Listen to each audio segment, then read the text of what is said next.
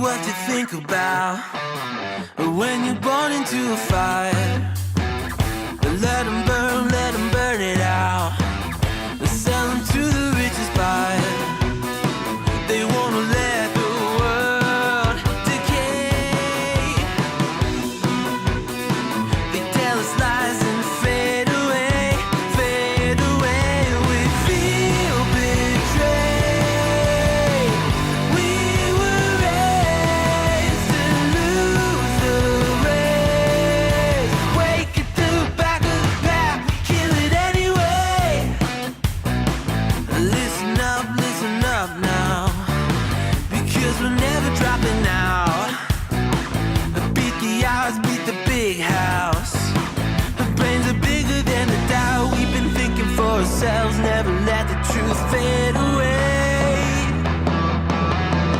This is bigger than ourselves, we won't let the world burn away, burn away. We feel betrayed. We were raised to lose the race.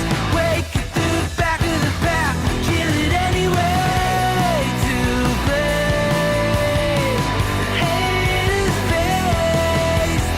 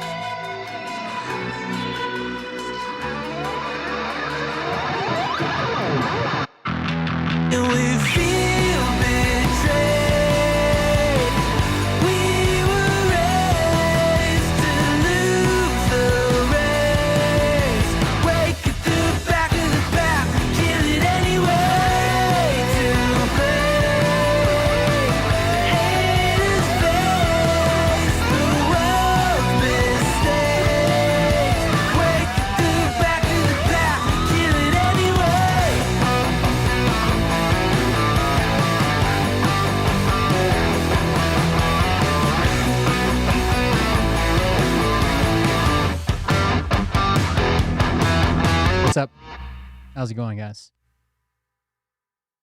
Pause that. Let me get Facebook started. I'll be right with you. Did you see this? They're trying to sell access starting August 1st to the True Social API. You guys know what an API is, like for a website? API is kind of like it's called application programming interface. It's basically like it's like the inner workings of a website. So like I use the Twitch API because it's public, free and public. I use a Twitch API, and what it does is like when you sub, I can pull a signal from the API and make like an announcement or a celebration or whatever, right? The same way that we have like sub alerts, or I can use the bits to make Derek Johnson pop up on the screen. That's all through the API. So the weird thing about the True Social API is the way that they're advertising it, I guess, is like, you know how when Trump uses True Social, he manipulates the markets like crazy? And someone's been trading on those market manipulations multiple times, right? So they're touting this as like, hey, Wall Street insiders, get this API to where you might have seconds to minutes advantage when Trump tweets, to where you can fucking trade on the stock market ahead of your competitors. Like, how fucked up is that? And that they know they're going to rake in a ton of money from it. No one wants to integrate with the API from True Social, right? It's not to add alerts. It's not to add a pop-up or a fucking, like a scrolling chat. It's literally to get information to basically perform insider trading. Even though it's not like insider trading in the fact that it'll be like days in advance, it'll be a short window. But the difference is like a lot of people aren't on True Social, right? They see True Social post happens, then the news picks it up, the news spreads it, and then by the time the news spreads it, the markets react. Well, these people are going to get it directly fed to them immediately. As soon as it happens, they can set up an email or a text message or whatever from the API. As soon as he tweets out something, send it to me, and they're going to be ahead of the curve there. Is it technically illegal? I don't think so. Is it incredibly fucking shady? Absolutely. It's incredibly shady. I don't think it's going to be illegal though. I think you'll be hard pressed to prove that, but still, what the fuck? I don't think he gives a fuck anymore. What are they going to do to him? He'll just pardon himself. Hey daddies, it's me, the Linda Binda from TikTok. I wanted to make this video because I wanted to thank you for watching Cold Beer Confessionals with Will Bird.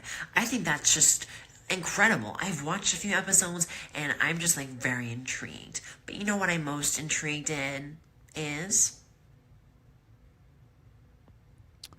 Big Daddy's meat stick. I heard that it's very thick, like a good old German sausage. Linda and her coochie loves that. Oh, never mind. Let's not go there.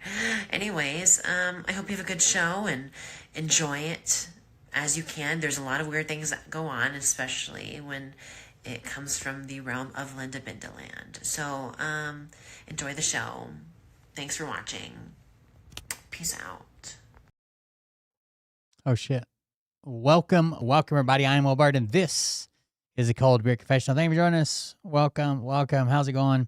Yeah, so it's like the API would just give them minutes advance notice if you sign up for it. And obviously, they're not selling it for integrations. Like, you're not going to make like a chat bot for fucking True Social because no one fucking uses it but Trump. And they're planning on selling it from like $100,000 up. And it's a subscription, right? You subscribe to it. It's not like you just pay for it and get it. You subscribe to the feed. An insider feed. And you wouldn't believe the way... Watch this. Hold on. Let me see if I can pull up this video I was just watching. the way Republicans are bending over backwards to defend it. Like if anybody else did this, they'd be like, what the fuck? Which no other president was doing, trying to manipulate the markets with fucking tweets. You know what I mean? That's solely a Trump thing. But check this out.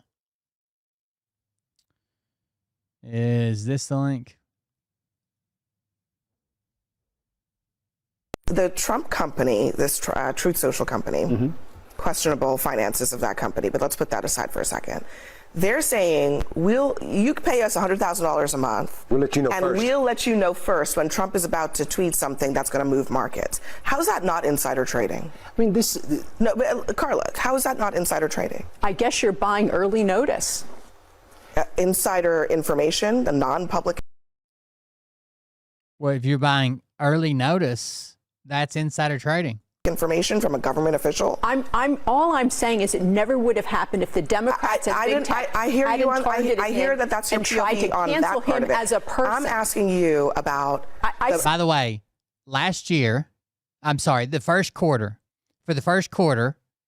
Truth Social reported a revenue, so an income of $871,000, and a loss of $408 million.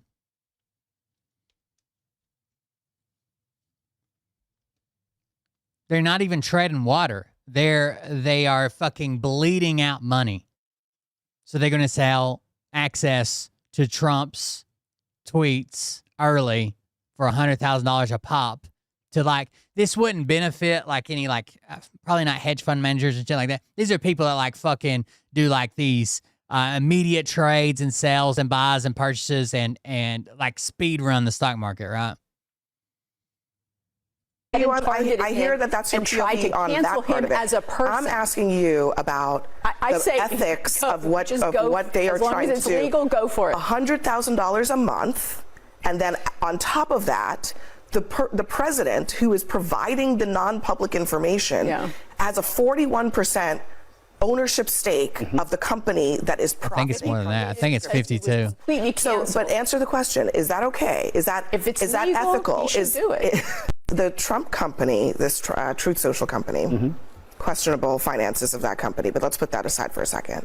Trump owns 52% through a trust. $100,000 a month. 52% of the TMMT or what? TMTG, TMTT, whatever. And we'll let you know first when Trump is about to tweet something that's going to move markets. How's that not insider trading? I mean, No, but Carla, how is that not insider trading? I guess you're buying early notice. So if okay, let's pretend it wasn't Trump and he wasn't like a horrible, despicable person who would do anything. Let's say it was me, okay? If I text it to you a millisecond before I posted it public about a company that I had information about, and you planned on using that to trade, let's say I sent you a text, and as soon as I hit send, I posted it on Twitter, that's insider trading. That's illegal. But if you just get the post before anybody else gets the post, that's not. And if I charge people to get the post earlier, that's not. It's technically not illegal. Insider information, the non-public information from a government official. And to be fair, our laws around this haven't been updated in a while. All I'm saying is it never would have happened if the Democrats and big tech I hear you on. targeted I hear him that that's your and tried to POV on cancel that part him of it. as a person. I'm asking you about the ethics of what they are as long trying as it's to do. legal, go for it. $100,000 a month, and then on top of that, the president who is providing the non-public information has a 41% ownership stake of the company that is profiting from those subscription because he was fees. completely canceled. So, but answer the question: is that okay? Is that if it's is that legal, ethical? you should do it. The Trump company. Pretty fucking crazy. We also have this absolute fucking deviant running around, apparently. Check out this news story. Whatever that gentleman's doing back there is all going down my leg. Turn my head, and at that point... Excuse me? So it starts off, right, the hook to get you to watch the video says, whatever that gentleman's doing back there is going all down my leg. What? Whatever that gentleman's doing back there is all going down my leg. Turn my head, and at that point, his pants are down, and he's sitting there, and he's literally just relieving himself all over the back of myself, my wife. Troy Gravelding and his wife from Scruple in Baltimore to see a country music superstar. Our wedding song was a Morgan Wallen song. The couple joined by his brother's family, including 2 nieces. The 8-year-old's been to one concert, and she loved it, so she couldn't wait to go see Morgan. And then the 11-year-old was dying to go see him. These were Christmas presents. First tailgating, then the show. But only a few songs. TAE Technologies is that new fusion company. Yeah, fusion reactor company. Despite the view from their $600 a piece seats, it's what the man did behind them that destroyed the evening. Next thing you know, I felt something, but I didn't think nothing of it. I thought the gentleman behind me spilled this beer or something, you know what I mean? Well, next thing you know, I felt it again, and at that same point, my wife goes, whatever that gentleman's doing back there is all going down my leg. Turn my head, and at that point, his pants are down, and he's sitting there, and he's literally just relieving himself all over the back of myself, my wife, all over my niece. Soaked and horrified, they watched police escort the man outside the stadium, but not arrest him. In protest, Gravelding pulled out his phone's camera. The video now viral on social media. You can hear They didn't arrest the guy.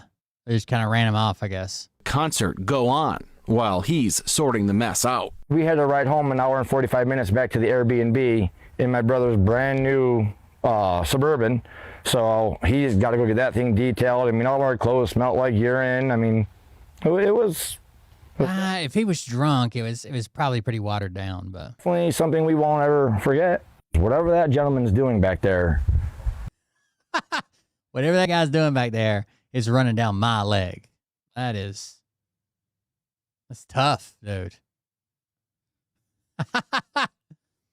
Whatever that guy's doing back there is running down my leg.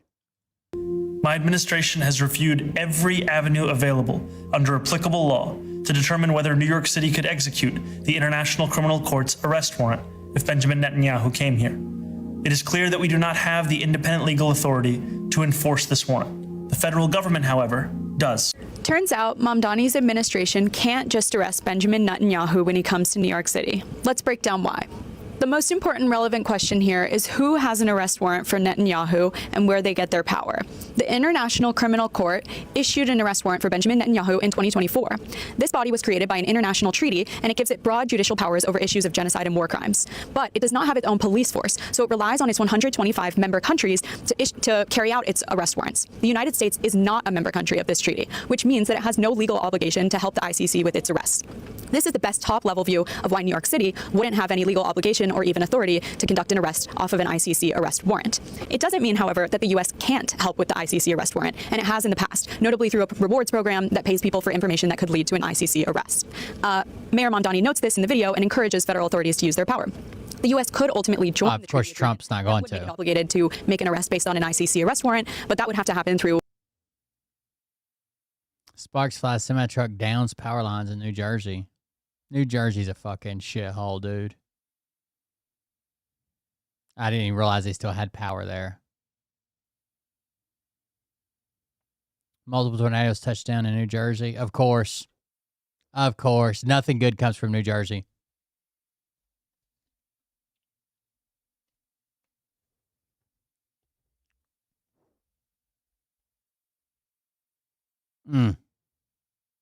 Why is there no audio to any of these videos? Oh, there we go. Building explosion. I was just clicking through what they were covering on the X11 New York.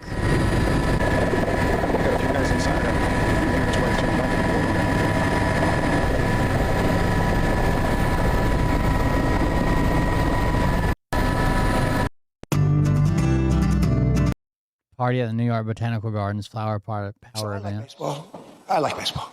But this guy's done such a great job. You know, the Mets have the highest salary in baseball and they lose all the time on Friday. And I say, maybe we could steal this guy. But the team, the way the Atlanta Braves has been managed for years. Right? So I like baseball. I'm here to announce my candidacy. Nope, just kidding. Why is there a 65-foot hot dog in Times Square? Prove Trump doesn't have a gag reflex. Is it a ladder? Is it a ladder on a fire truck? No, it's a tractor trailer. Hydraulic trailer, like a dump trailer. The fuck is that? Is that a fish tank? Fish tank explosion. Floods pet store. Explosion? Well, If you're wanting to see the Odyssey the way it was meant to be seen in true IMAX, the only way to do that in New York City is at AMC's Lincoln Square Theater. Tickets usually cost $35 for IMAX films there, and there have been ticket scams for the showings, but now people are actually scalping tickets for nearly $1,000. Damn. Theater's IMAX screen is one of only around 3 dozen in the country. That's insane. There's about 40 theaters that do the 70 millimeter IMAX. Justice for Sandra Lillian Romero. Justice for the Romero family. Justice for the Romero family. ¿Quién es la familia Romero? ¿Quién es? Justice for Sandra Lillian Romero. The suspect is accused of yelling Allahu Akbar before stabbing 2 men in Manhattan, was charged with multiple hate crimes, police said. Family. Justice for Sandra Lillian Romero. That's their most recent one. I don't know. Fucking crazy, dude. Whatever that gentleman's doing back there, it's warm and running down my leg. Ha ha ha. Oh. Did you see this woman? Can we really? Let me back up. Faith and charity work, but now people are. This is Atozy, the YouTuber. A to Z, Atozy.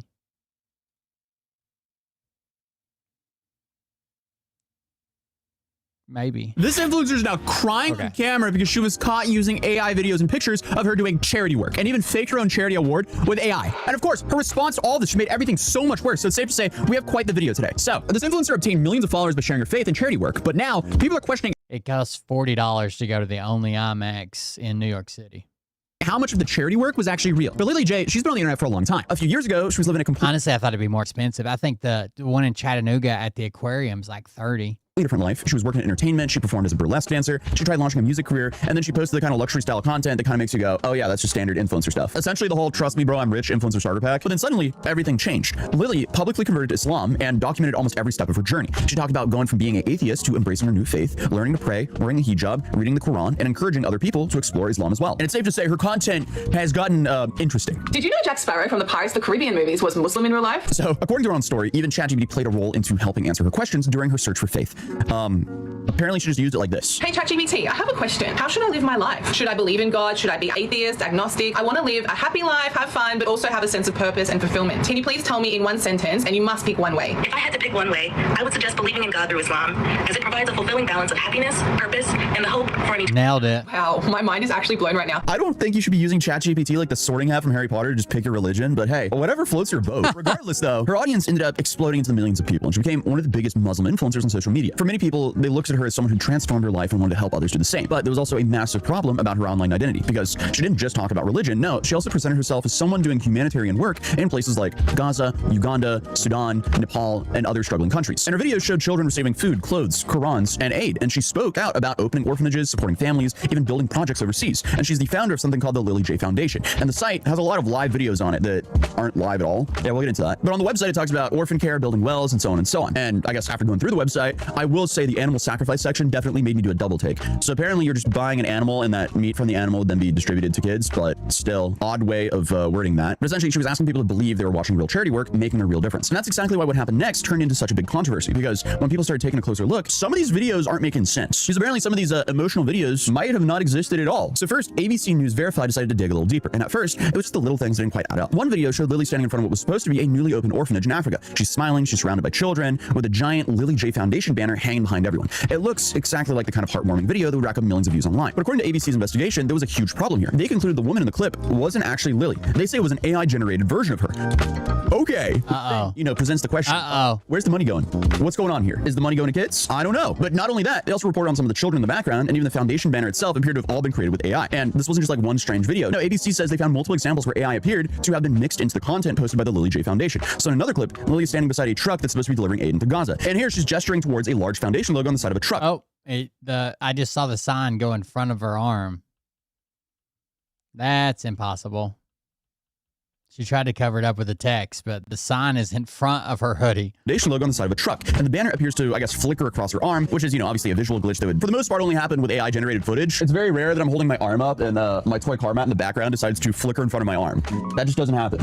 Now, to be clear, ABC wasn't saying that every video on her page was fake. They were way more specific than that. What they questioned was whether AI had been used to create scenes that made viewers believe they were actually watching genuine humanitarian work, when parts of what they were seeing had actually just been, AI-generated. And obviously, if you're asking people to trust you with something as serious as charity, that's pretty serious. This is a massive allegation. The investigation didn't stop with the videos because reporters also started looking into the foundation itself. So one of the bigger claims on the Lily J Foundation's website was that it had opened an orphanage in Uganda. And here the orphanage was referred to as Oda Nur, and the content around it made it sound like they were already operating and caring for children. But ABC contacted Uganda's Registry of Services Bureau, which told them they couldn't find an orphanage registered under that name. And operating an orphanage in Uganda requires government registration. And officials said that they couldn't locate Oda Nur or an orphanage registered under the Lily J Foundation. And the foundation imagine that they opened a bakery in Gaza to provide bread and support to local families. And I guess on paper, that's a wonderful idea. But ABC also reported that they couldn't verify the bakery's existence. They also said they couldn't geolocate it, and humanitarian sources working in Gaza reportedly told them that they'd never heard of the bakery or the Lily J Foundation. Now, in conflict zones, verifying locations could be difficult, and the foundation would later argue that it intentionally doesn't reveal locations because doing that could put local partners at risk, apparently. But from ABC's perspective, this is becoming a pattern. A claimed orphanage investigators couldn't verify, a bakery investigated that they couldn't verify, videos that appeared to be just AI generated of people in the background and of them doing humanitarian work. Something's not right here. But then reporters stumble across something even crazier, because earlier this year, a press release announced that Lily J had received something called the 2026 Australia Global Excellence Award of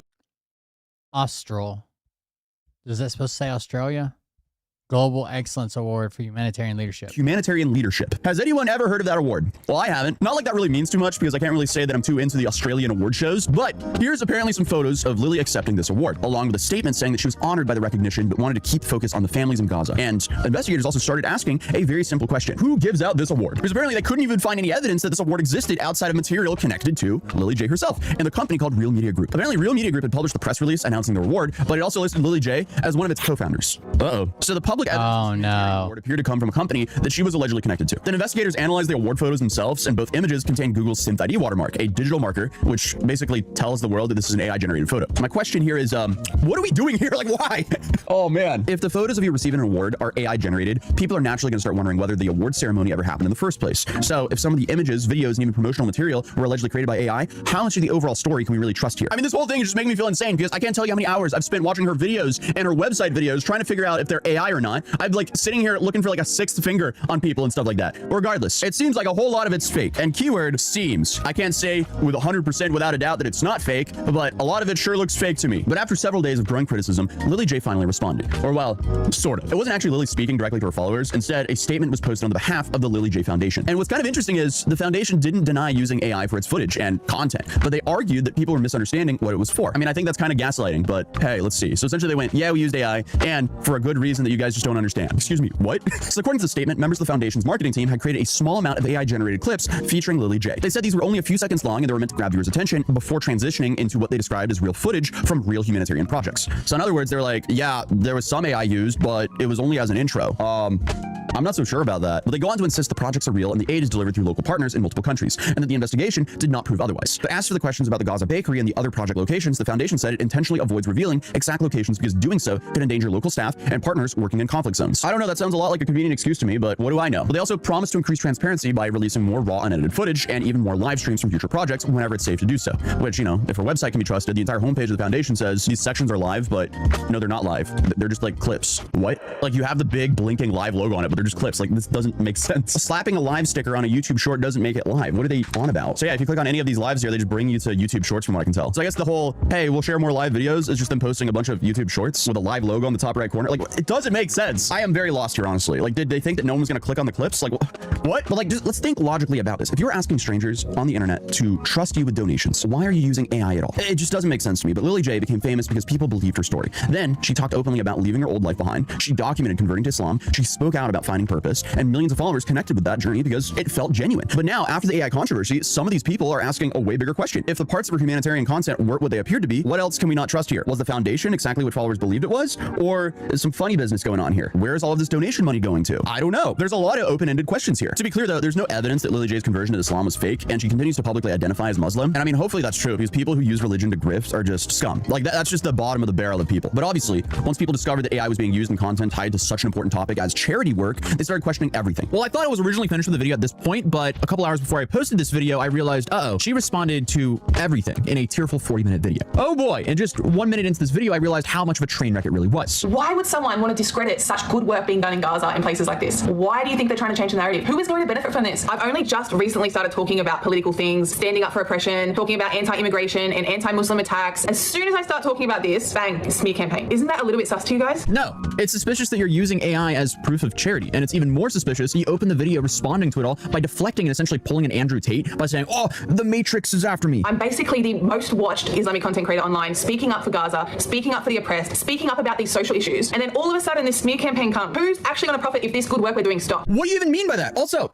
no, she's not even close to being the top Muslim influencer. She doesn't take accountability. She doesn't prove any of her charities have been operating with either invoices or, proof that they've actively been providing aid. And by proof, I mean actual financial statements that's third-party audited. I've seen all of this firsthand. Every single day I get updates showing what is going on in Gaza. All the buildings are destroyed and collapsed and there's rubble everywhere. And you want to believe all the fake media over this? All I've wanted to do is spread the message of Islam, spread the truth, and try and help people and stand up for the oppressed. Can you guys just jump ship after one article? Well, I mean, the article raised some serious concerns about your charity work. Like, stop crying and show the financial records, proving this charity is operating at the capacity it claims to be. And also prove that all the money being raised is actually going to charity. You guys are just going to jump ship now? Even the article that after I've been exposed? The reaction from the Muslims. You guys don't understand how much hard work goes into this. This is just such a weird response. Why are you making everything about identity rather than just proving that you are legit? Why are you slandering me online? Aren't we meant to stick together as Muslims? How can Muslims just accuse people online without asking questions and getting the evidence first? I will get to the allegations, but just let me say one more thing. The West is afraid that Islam is taking over. They're afraid that their narrative is getting sabotaged. Every day I get DMs, they've embraced Islam. Thousands and thousands of people have accepted Islam. Thanks to Allah. Honestly, everything is all for Allah's sake. It seems like she's just completely using religion as some sort of shield for her extremely questionable practices with her charity. Or it's not technically a charity, it's a logistics company. But then she goes on to FaceTime people to prove that her charity is real. You guys gotta remember, these guys are out on the field. Like, this is dangerous. They're in war zones, and we're worried about a FaceTime call just to prove that it's real. I feel like just anyone who raises money for a cause should have no problem showing that the money is actually going to whatever cause that they're raising money for. Alaikum salam. Where are you? What country? Gaza. Alhamdulillah. Okay, good. What are you giving today to the children?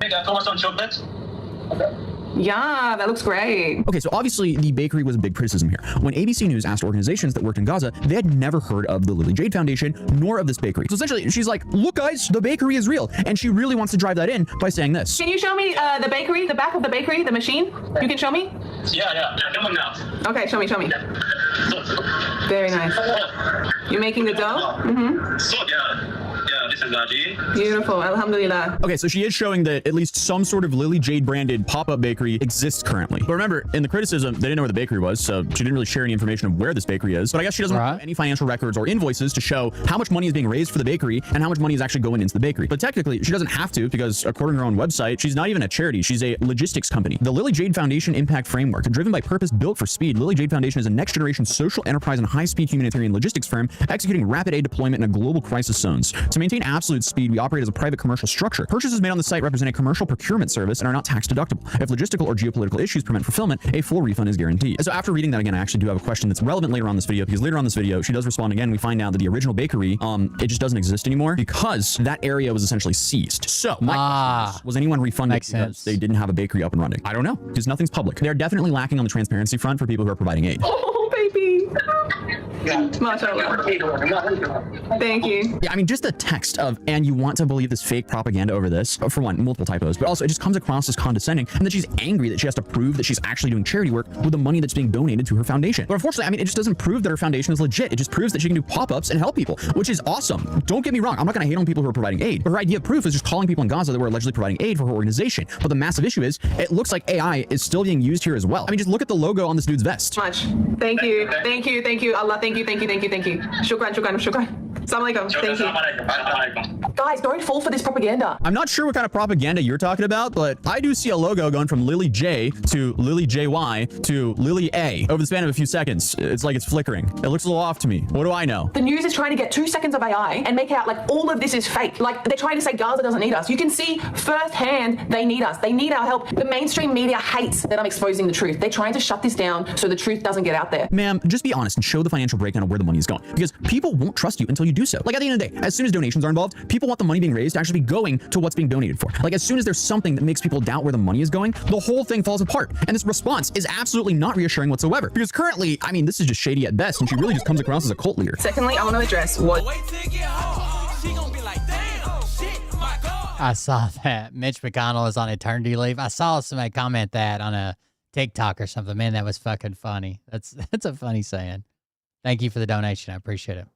AI used in any of the content. Short promotional content contained small elements of AI created by our marketing team. It was never, ever meant to substitute any real aid going on. Okay, what about the charity award? Is that not misleading? If a video has me in the beginning of the video, it gets 1 million views. If it doesn't, it gets like 10,000 views. It's just a simple way to get more awareness out there. Yeah, no, I'm not buying that. Like, at best, she's just completely tone deaf here because there's nothing about her AI videos with her as AI that looks real. But to say all the work is fake because one single AI clip for 2 seconds at the beginning of a video, how can you say it's all fake just because of this 2-second video? Yeah, I just think this is a gross misrepresentation of what the original article claims. The AI looked fake. So, ABC did some digging, and it was incredibly hard to verify any of Lily's work. Like, I don't think anyone is saying that she's not doing charity work. I believe she's doing charity work, but it definitely comes across as fishy and that they might be overrepresenting the real amount of charity they're doing, especially with them not being public about the financial records of this foundation that's kind of being pitched like this charity organization. Harvey Lame sold his identity, his digital identity, for $1 billion. So this company is going to be using his identity as a digital avatar to sell products. This is the industry. This is where marketing is going. Okay, don't even get me started. I made a whole video on the whole Cobby thing. TLDR, he didn't actually sell his image for $1 billion. It was a very questionable at best transaction for a brief period of time that pushed his net worth over $1 billion.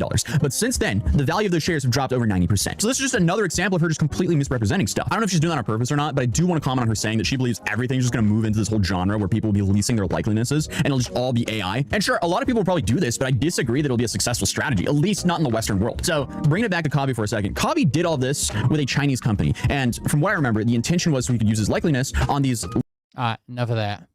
I don't know what this video. I got some videos I want to go over. I don't know what this video was. A mass shadow generator.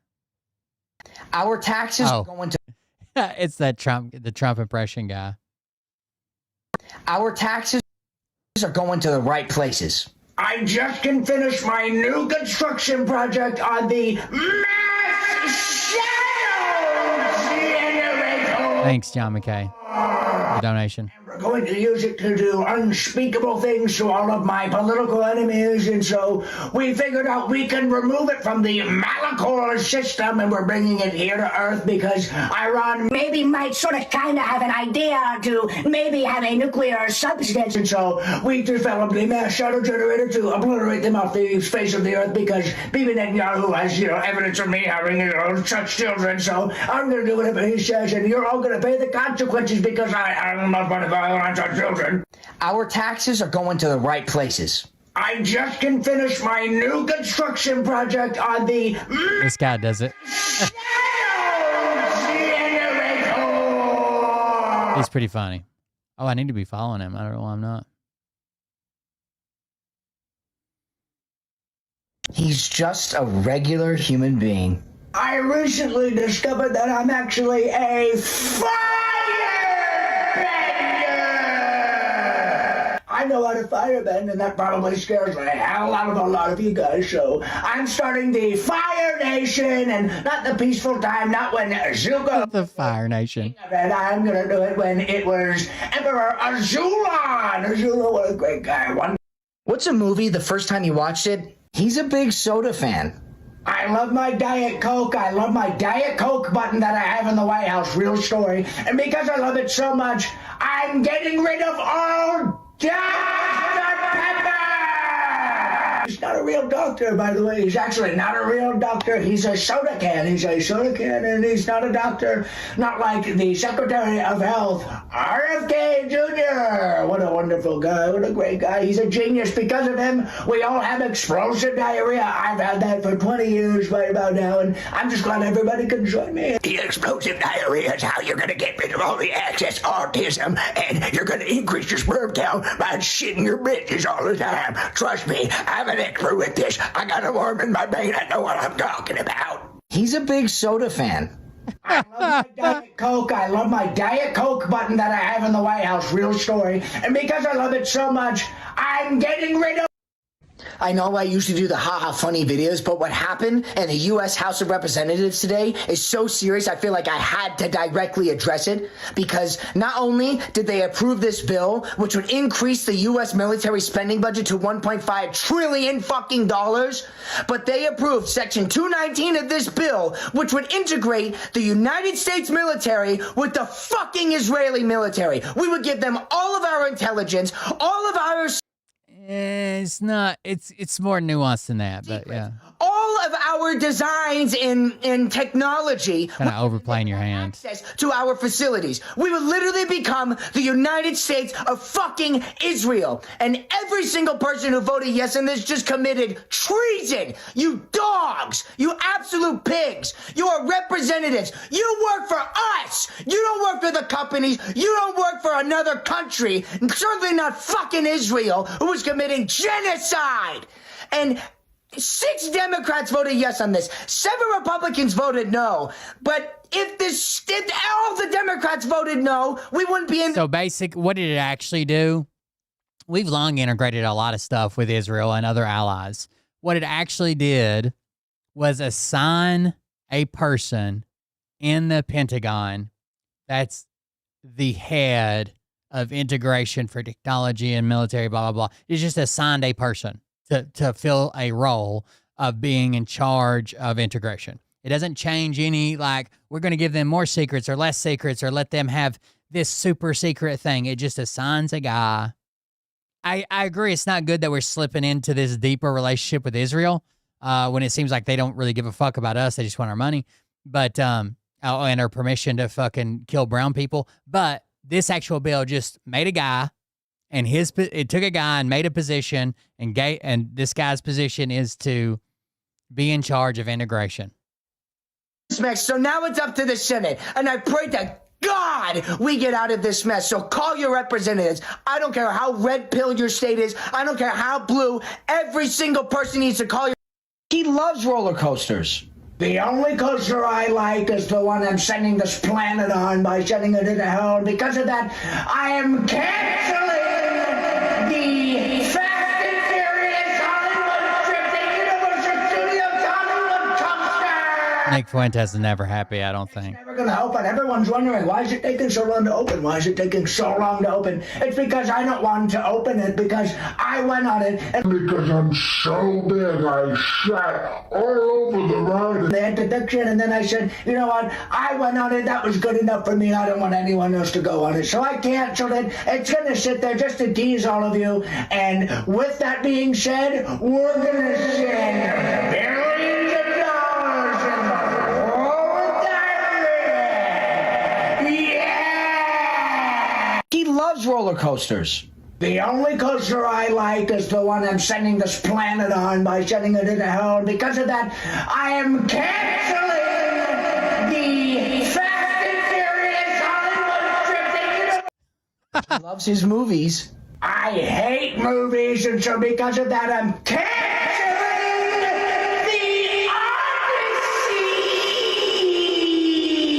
Odyssey. I don't know. He's pretty funny. Hunter Biden is really coming out as the underdog story. I'm starting to like Hunter Biden a lot more. I was on a plane once. I was 7 years sober. It was a beautiful trip, and nothing was going wrong. And somebody asked me if I wanted a drink. And 10 years later, I woke up in a motel with a crack pipe. And that's a literal, linear way to tell the story. I noticed things that were purely associated and typical with growing older. My dad got older before people's eyes, and I think that made them very nervous. You were pardoned by your father? Yes, thank God. Did that open the door for President Trump to pardon some of his supporters, including the January 6th gang? I think that is an insane argument. You've been speaking out so much in the past few months on lots of different platforms. I'm struck by your first post on X, though. Back in May was, I'm Hunter Biden, you've never actually heard from me. Yeah. What do you want people to hear? Well, the most important thing that I think I can do with a platform that I never asked for. Mm-hmm. It makes me feel even worse, because at the time when all this Hunter Biden stuff was going on, like, I believed almost all of it. And the more I've researched, the less it seems any of it was fucking true. is to speak to the millions of people, the over 50 million Americans who are still sick and suffering out there as it relates to addiction.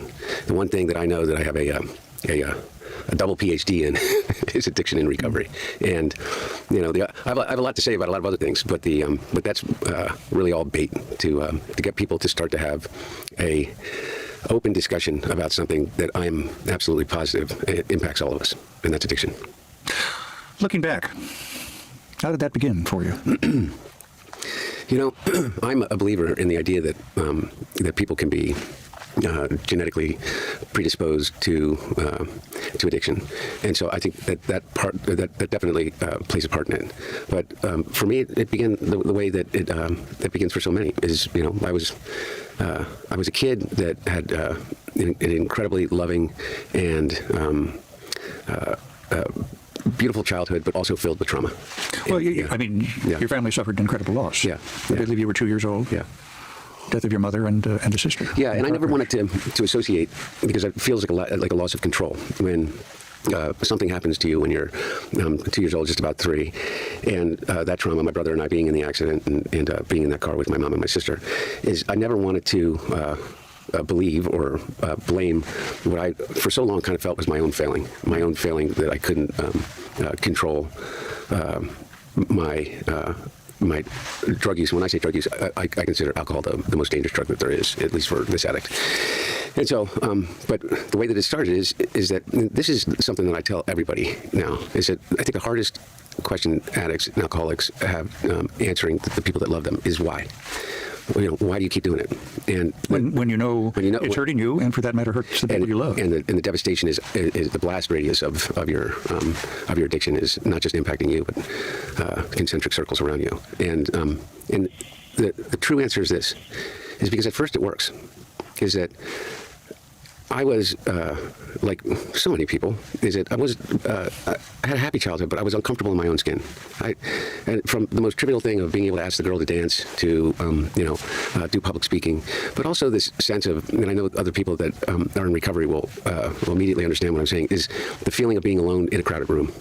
And what alcohol did for me when I was younger, and I mean normal, like, you know, teenager in high school, and have go on the weekend have a beer or more, and what it did is it worked. All of that kind of fear-based reaction to connection disappeared. I was able to ask the girl to dance. I was able to do the things that I wouldn't have the courage to do unless I had a drink. And it works until it doesn't. It works until it becomes the thing that is you become a prisoner to. Well, I mean, to point out the obvious, it became a lot more serious than just having a drink to ask a girl to dance. Oh, 100%. But gradually. And the truth is that gradually, with varying degrees of consequence, I was able to drink and be functional for a long time. And not until 2003, when primarily my brother confronted me about it. And when I say confronted me about it, he said, like, hey, you gotta tone it down. And my relationship with my brother was such is that I knew that if he was saying that to me, that I had to take it seriously. And so what I would do, when he first did, I said, okay, I won't drink for the month of January. And I'd make it 2 weeks. And then I'd say, well, I won't drink during the weekdays. And then I would have a drink on Wednesday. Until eventually I just said, I needed help. And that's one of the primary things is you need to ask for that help. And I did. You have to be at a place to where you want help, right? You can try to force somebody to get clean, get sober, get whatever, and they're just going to resent you for it and get fucked up as soon as they get away from you, right? If you lock them in somewhere, as soon as they get out, they have to be ready to fucking get clean themselves. To rehab, and it was and it worked. It worked for about 7 years until I relapsed. What happened? Absolutely nothing. That's the answer. It wasn't because of a tragic incident. It wasn't because of it was, I was flying back on a plane. I was by myself on a business trip from Europe. The drink cart rolled by, and the flight attendant asked if I'd like Bloody Mary. It was a morning flight, and I said, sure. and it was the strangest thing because when I was when I went through rehab the first time, one of my counselors, one of the therapists, told me their own story of recovery and how they relapsed and how even the gun charge they got him on, which they try to make this huge deal out of, is less than what Phil did. Right? Phil lied that he wasn't under investigation and never been convicted of any crimes that involved like moral turpitude and fucking the sexual assault and all that shit that he did with Bree, right? He lied about all that. All Hunter Biden did was say that he wasn't addicted to drugs.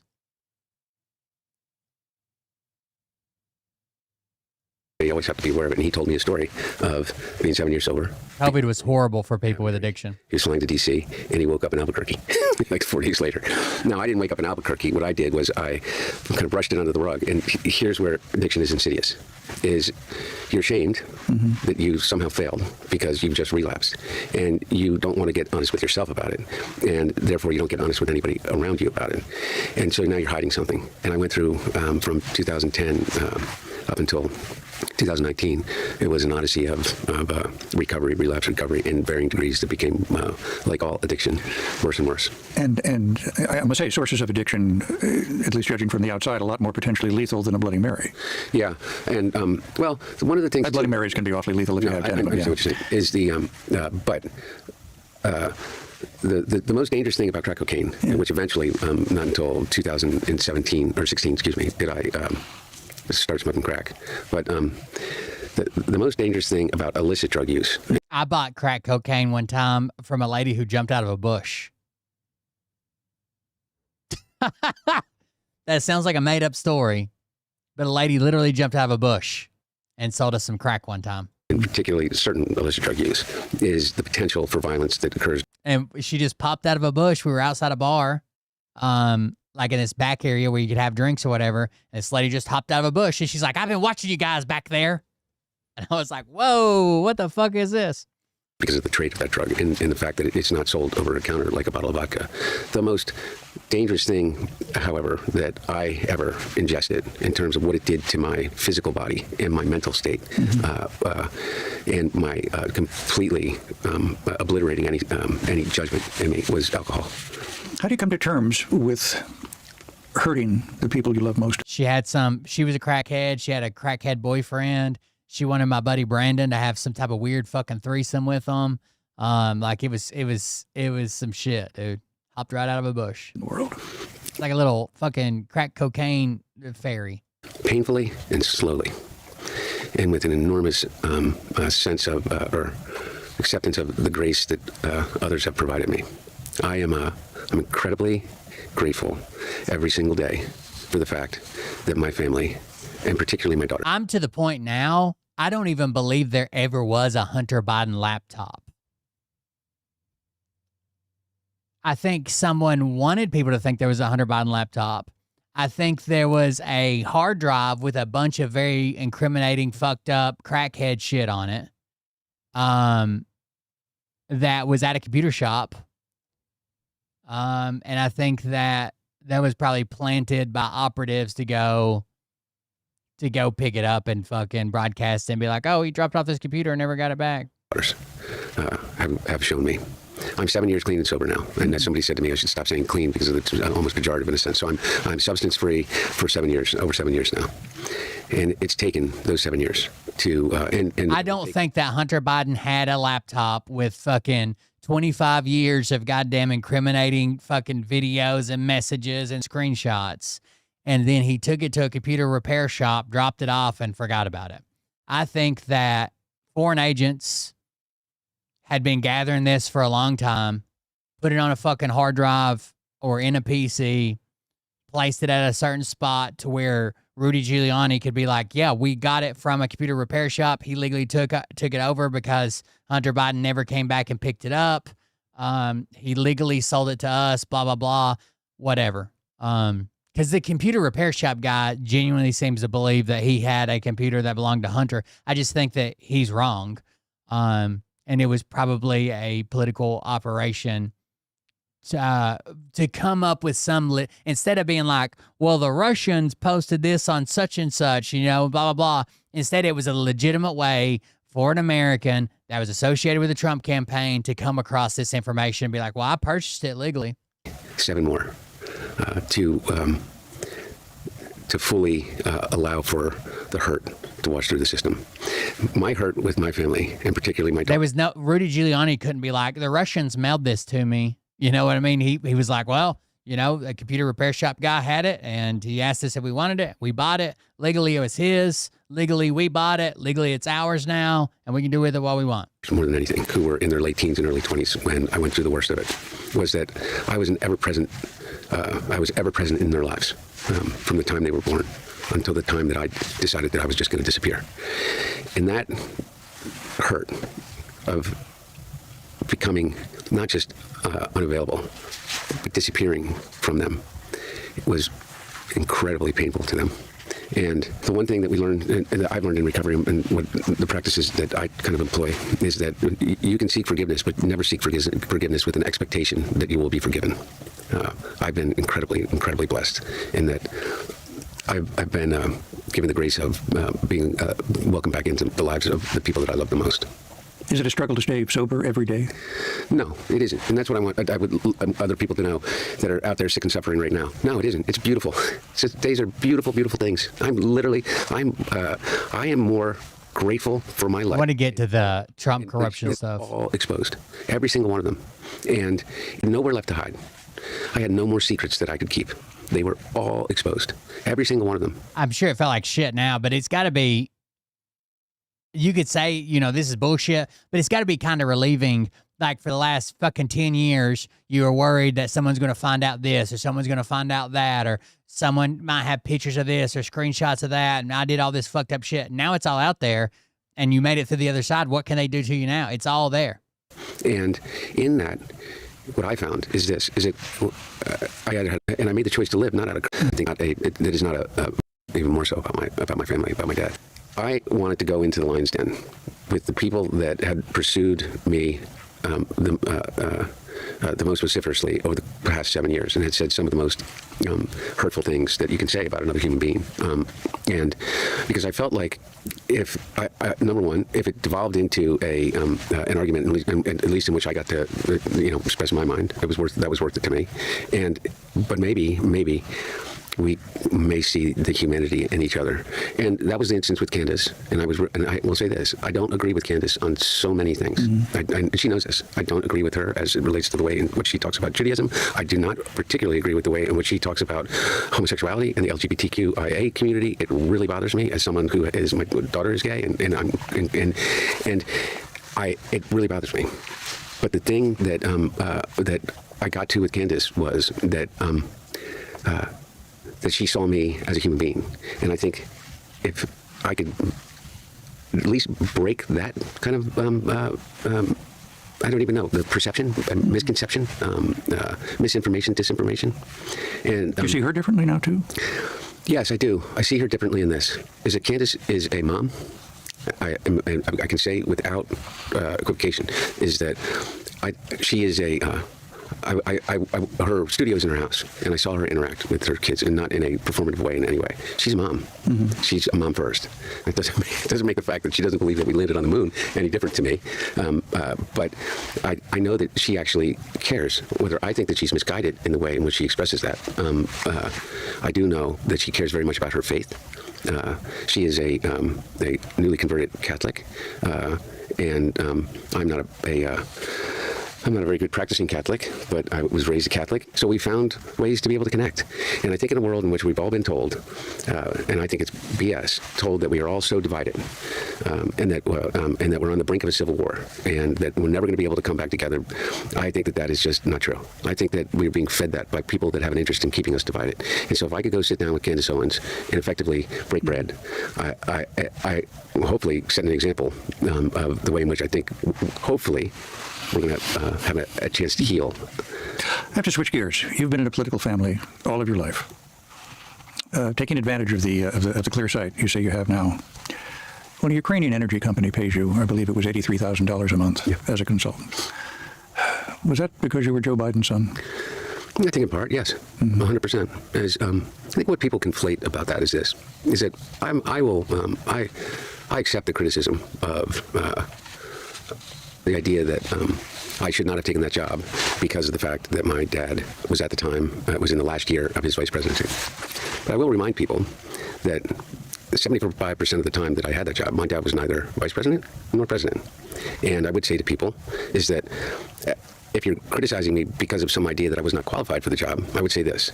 I was chairman of the board of the U.S. UN World Food Program for over 5 years, the largest humanitarian organization in the world. We were responsible for securing over $2.6 billion budget for feeding 82 million people in 72 different countries on a daily basis. I was a adjunct professor at Georgetown University's School of Foreign Service in the master's program for over 4 years. I went to Yale Law School. I was at Boyce Schiller Fleckner, in which I was an expert on corporate governance. I served on 17 other boards in between that time. He's well qualified to serve on the board. All very significant boards, including as vice chairman of the board of Amtrak. And so I was preeminently qualified to be on that board. The question is, should I have taken that job when my dad was in the, and the answer is no, I shouldn't have. And I'd never done that before. And the way that you can certify that is this, is that they stole 20 years of my digital life. They stole every email, every text message, every voicemail, deleted voicemail somehow they got. And they took that and they made it available to everybody. You can still go on it and see it now. And I challenge anyone to find a single instance. I used to have a donation alert that literally was Hunter Biden getting a foot job from a Chinese spy. And it like tightened in and zoomed in on my face and body. And I was his penis. Like the foot was like wrapped around me. In which, when my dad was vice president, senator, or president, you have a single communication in which I say, hey, I need dad to do this. I don't use it anymore, but it took me probably like 3 days to fucking animate that shit. And I'd be like, oh God, no, Hunter, what are you doing? No, stop, no. Because I'm getting paid. Not one. Now, one board membership compared to. I will be honest. It looked like she knew what she was doing. That was not her first foot job. It's not like he talked her into it and is like, hey, there's this weird thing that you can do with your feet. It was like, I've got fucking dick calluses between my toes. You know what I mean? What I just read in the, and I think it was Forbes, just from DOD contracts alone, Don Trump and Eric, while their dad is president, have received over $3.9 billion in DOD contracts to companies of which they have a stake in. $3.9 billion in the first year and a half of this presidency. They have made billions of dollars. Well, even if the numbers don't compare, though. Yep. Are you and the Trump sons both part of the same system? No, not even remotely. Not even remotely. What did I do when my dad was president? I don't know the answer to that exactly. Well, everybody has an opinion, though. And what they think is that I was corrupt and I drifted off my father's name, right? Mm-hmm. So where, other than the one instance in which you can talk about, in which I took a board seat when my brother was diagnosed with glioblastoma, I knew my father was never going to run for office ever again. And I decided to take a board seat with a company that, by the way, I did absolutely zero for as it relates to any government policy. Mm-hmm. Other than that, how is it even remotely like what they're doing? How do you even mention my name in the context of their name, other than the fact that I was also the son of a president? When my dad was president, you know what I did? I painted. I sold paintings through a gallery to people that were all public. And you can go read about who bought my paintings because there was congressional testimony under oath given by every single one of the people that bought one of my paintings. I made $200,000 a year on average when my dad was president of the United States. That's it. $200,000 a year. And I can verify it because there's sworn congressional testimony. There is a... And they tried everywhere in the world to prosecute Hunter and Joe and fucking the Joe's brother and everybody. How many years? It still couldn't make anything stick. 10 years? By every single... I've been investigated by the House Oversight Committee, the Senate Judiciary, the House Judiciary, the House Ways and Means Committee, by the Department of Justice, Maine Justice, by the Tax Division, by the Criminal Tax Division, by the U.S. Attorney in Pittsburgh, by the U.S. Attorney in Delaware, by the U.S. Attorney in Los Angeles. And what they came up with is that in 1 year, after I got sober, I realized I had not filed and paid for my taxes. So I filed and paid for them. And I paid with penalties and interest. And 3 years after I did that, they prosecuted me. That's what I did. I do have to ask, this is a little more difficult. You were convicted of federal gun charges in 2024. Yeah. You realize the Supreme Court just made that unconstitutional, that what they charged me, 922G3. I guess I didn't, but you were pardoned by your father. Yes, thank God. Did that open the door for President Trump to pardon some of his supporters, including the January 6th gang? I think that... So basically, 922 G3 is, it makes it a crime for anybody who's a unlawful user or addicted to any controlled substance. So basically, the Supreme Court just had a ruling over this, because a guy occasionally used marijuana and police try to charge him on this, right? Well, you admitted that you occasionally use marijuana and you own a firearm. You can't ship, transport, possess, receive firearm or ammunition. If you ever use, it's not like you're addicted and that, that's what you do every day, blah, blah, blah. If you use at all, anything that's classified as an illegal drug, then you're not allowed to own a firearm. That is an unlawful user. An insane argument. Do I think that my father pardoning me opened the door for Donald Trump to pardon people that engaged in an insurrection, beat police officers, and then since their pardon, many of them have gone back to commit crimes, including sexually abusing children? I don't think that the two are the same thing. And they don't prosecute people on this, right? Because you even see people on social media that smoke pot one day, a couple days later, they're at the range shooting guns. You know what I mean? Like, obviously, they don't prosecute this. Very, very rare. Like, this would be like another charge they throw on after you're already going down for fucking murder or drug dealing or some shit like that. And not only that is this. I ask you this question. My convictions, I was convicted. And I was convicted by a jury. And I was convicted because technically, in 100%, I had committed a crime. I did not pay my taxes on time. And even though I paid them with penalties and interest, it's a crime to do so. I purchased a gun. But they don't prosecute that either, right? You'll never hear somebody like pay their taxes, pay penalties, pay interest, and get prosecuted for it. It's either or, right? At a time when it could conceivably be argued that I was addicted to a substance, and that when I checked the box on that form and saying that I was not, I committed a crime. Mm-hmm. I mean, that's why the question's there. Yeah, exactly. There are people who are. Yeah. And which, by the way, the question also asks whether you've ever been or a user of marijuana. And 80 million Americans who own guns have all used marijuana. And that's why the Supreme Court just overturned it as unconstitutional. My point is this. If my dad had won, he would have kept his word. He would not have pardoned me. And the reason that he would not have pardoned me is because I would have told him I have complete and utter faith in the fact that, number one, I think that I will win some of this on appeal. But number two is that I, as a first-time offender for a nonviolent crime without a victim, am not going to spend any time in jail. That's a certainty. And that I would, and I know that between the Department of Justice, the Department of Corrections, and the Department of Probation, I have absolute faith in our system that I would be treated fairly like any other person, like any other person that had been convicted. Do you think that he should have had any faith in the idea that this Department of Justice, this Department of Corrections, this Department of Probation, that does things like moves Ghislaine Maxwell from a minimum security prison to a prison camp without any explanation, that moves prisoners around? Alexander Smirnov, who's convicted of bribing, accusing me of bribery, can't be found in the prison system right now because they moved him somewhere. Biden did the pardons. Trump gave him no fucking choice. Literally, he was running on, like, when I get elected, I'm going after them all. We're taking them all down. We're putting them all in jail. Like, that's what he was saying the entire time Biden was president. Anybody he could name, he was saying, we'll do. And we knew he was going to appoint loyalists, that he was going to take over, he's going to demand absolute obedience from these people. And there is no separation between the Department of Justice anymore and the president like there should be. And so my point is that when my dad woke up after Thanksgiving, and after the election occurred, and he read that Donald Trump had just appointed Matt Gaetz to be the Attorney General, I think that he made a decision then that Donald Trump had made a decision not to actually adhere to the Constitution, the rule of law, and that he intended to take out and meet justice through his own Department of Justice, his Department of Corrections, and his Department of Probation. Yeah. Did you want your father to run for re-election? No. Did you tell him? No. I told him this, is that I would, like I'd done my entire life, is that I supported whatever he thought was best as it related to what he wanted to do to serve. There was nothing that was more important to me than getting my dad back, getting my family back. Mm-hmm. And the presidency does something that people I don't think fully comprehend. It's almost impossible for a president to be fully present in the lives of the people that he loves the most, because it is literally all-consuming. It is an all-consuming thing.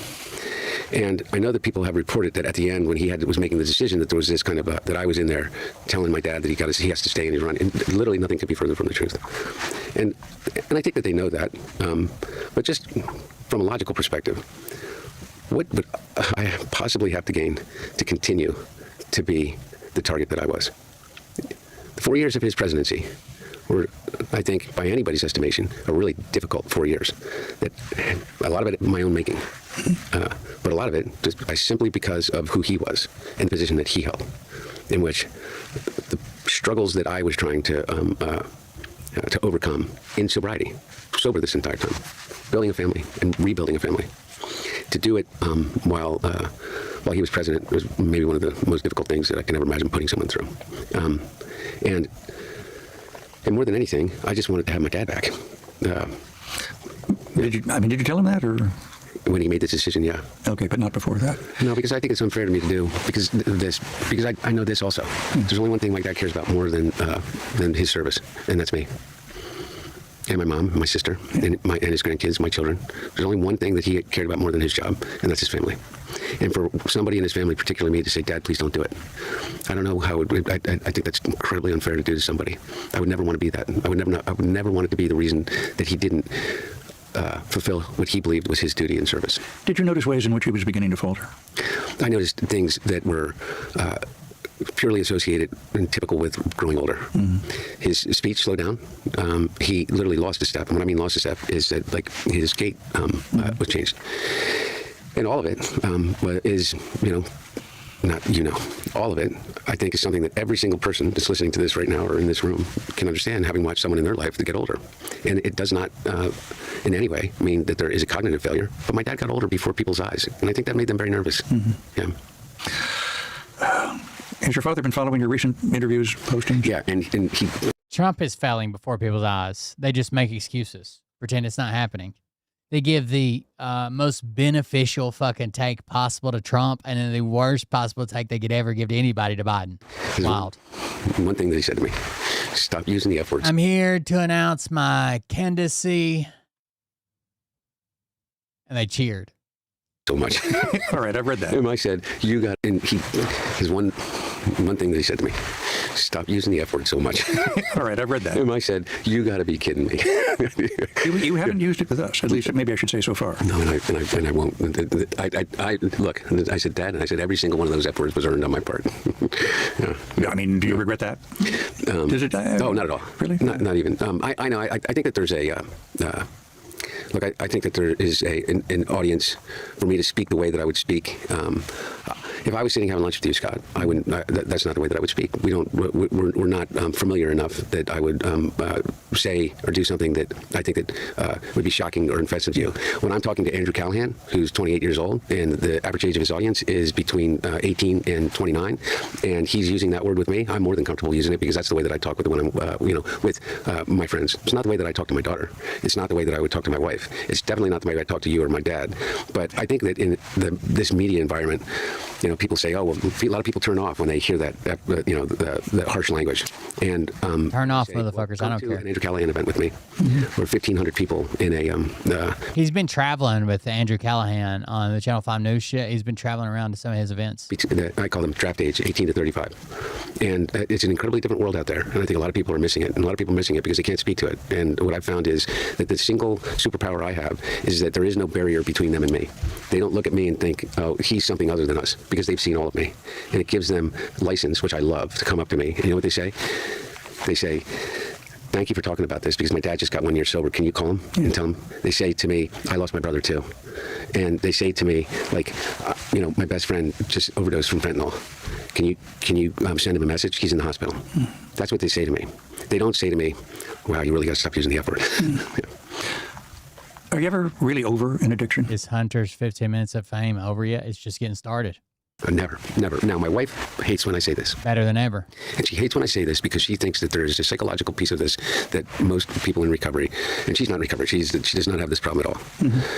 But she thinks that imprinting that negativity onto you with a word is that once an addict, always an addict, I'm an addict, is unfair to do yourself. And I say to her, well, it's a fine line, because what you always want to remind yourself of is that proclivity to addiction, whether it's genetic, whether it's chemical, whether it is psychological, or a combination of all of those things, will always exist within me. I cannot ingest a mind-altering substance without the possibility of falling back into addiction. And I have to always remind myself of that. Now, I don't have to always beat myself up with it, but I always have to be cognizant of it and aware. Because look, I was on a plane once. I was 7 years sober. I had a good day. It was a beautiful trip that I had taken to Europe. I was on business, and nothing was going wrong. Mm-hmm. And somebody asked me if I wanted to drink. And 10 years later, I woke up in a motel with a crack pipe. And that's a literal, linear way to tell the story. And so I'm always aware of it. For people who are watching and listening to us, watching and listening to you, yeah, can you say something that would help them take a step forward? What do they need to know now? Okay. I love that question. Thank you. What's crazy is the judgment and shit when half their families are goddamn pillbillies. You know what I mean? Fucking from the opioid epidemic. You are not alone. That's my single most important message. 50 million Americans on any given day are dealing with addiction. That means almost every one of the 350 million Americans have been impacted in some way by addiction. Addiction is a family disease. It is a communal disease. And you are not alone. And so speak about it. Share your story. And more than anything is share your story of experience, strength, and hope if you've gotten to the other side of it. And that's what I'm doing. I'm created a thing where you can go to hunterbiden.com/recovery and share your story of your experience, strength, and hope, and totally anonymously and not for anything. It's not a business venture. It's nothing. It's where people can go and share their stories so that other people can read them and hopefully realize that they're not alone. Do you feel alone sometimes? It's not, this one's almost over. The times that I felt the most alone were when he's doing a really good job. In the window between I'm a Hunter fan. Inebriation and sobriety, when you felt like you didn't have any way out and that your only choice was to anesthetize yourself again. In those windows, you feel more alone than anything that you can imagine. Every day. Also, he's kind of like Michael Scott. I was actively choosing suicide, and I knew it. Not in a metaphorical sense. I knew I was killing myself. And I didn't feel like I had any other choice. But today I have a choice. And that is the greatest gift that anyone can ask, is just to have that choice. Hunter Biden, thanks so much. Oh, shit. It was an honor. Thank you, Scott. Thank you, Scott. Episodes of Newsmakers can publish anytime. Scott Simon, Hunter Biden. Or follow on Spotify, or find us on the NPR app. I'm Scott Simon. All right, now, on top of that interview, we got a second interview to watch. If I can find it. There it is. We can close this one. Elon Musk sat down with The Economist to talk about what's going on. This just happened maybe 2 days ago.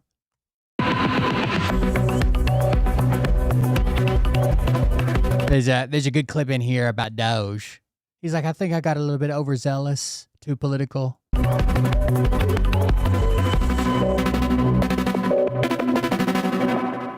Elon Musk, thank you so much for joining me on The Insider. Thank you for having us here at Tesla Giga.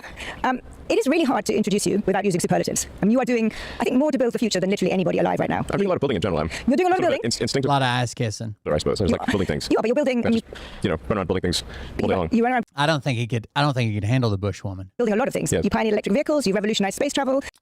There is a woman. They're calling the Arkansas Bush woman. You can search this on TikTok. Tap in Arkansas Bush woman. It is literally a woman that makes point of view videos. So it's like her point of view. Like if she was wearing Meta glasses or something, you're seeing what she's seeing. And she wears a low-cut bikini and just like walks around and in and on the river and creeks and stuff, water, wearing a low-cut bikini, and about this much of her pubic hairs hanging out the top of her bikini. So she'll like look at the river and she'll look down where her feet are watching, and you can see like pubes stuck out the top of her bikini. And then she'll scan back up and look at the river. And that's the whole video. She doesn't say anything. She doesn't do anything. She just shows her pubes sticking out the top of a bikini. Millions of views. Let's do it. Hold on.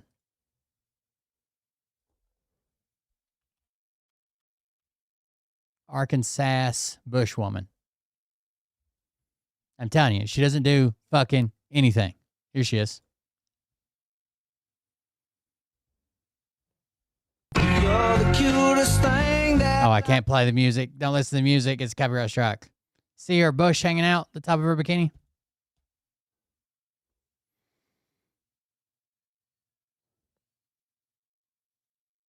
That's it. That's all she does. Little bush hanging out. That's it.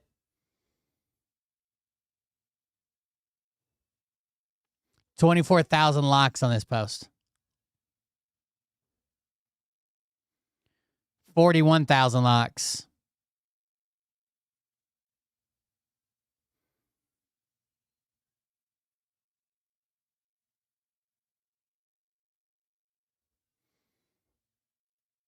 That's all she does. 1.2 million followers. 27 million views. 45 million views. This is what she does. It's her content. There isn't even music on this one.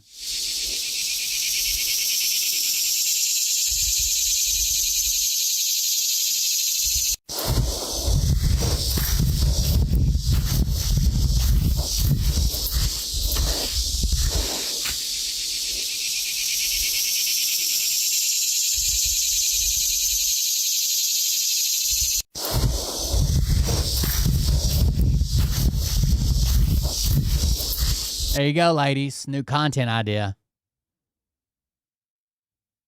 I'm going to start doing drywall work with my bush hanging out. You've got a cutting-edge AI model now, humanoid robots. Can we start this conversation by you putting all of this together? Yeah. Tell me what the world's going to be like in, let's say, 10 years, if you succeed. 10 years, so we're talking 2036. Yep. Hopefully we'll both be around. Hopefully, I yes. think we can... Probably. Most likely, we will be. It's hard to imagine the future where there's not an overwhelming amount of artificial intelligence. Meaning, like in 10 years, I would expect artificial intelligence to be far greater than the sum of human intelligence. Like, far greater. In fact, I think AI may exceed... Did you guys read?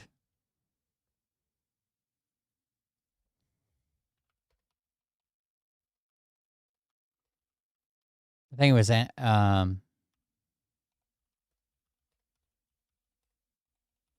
Anthropic. Was it Anthropic?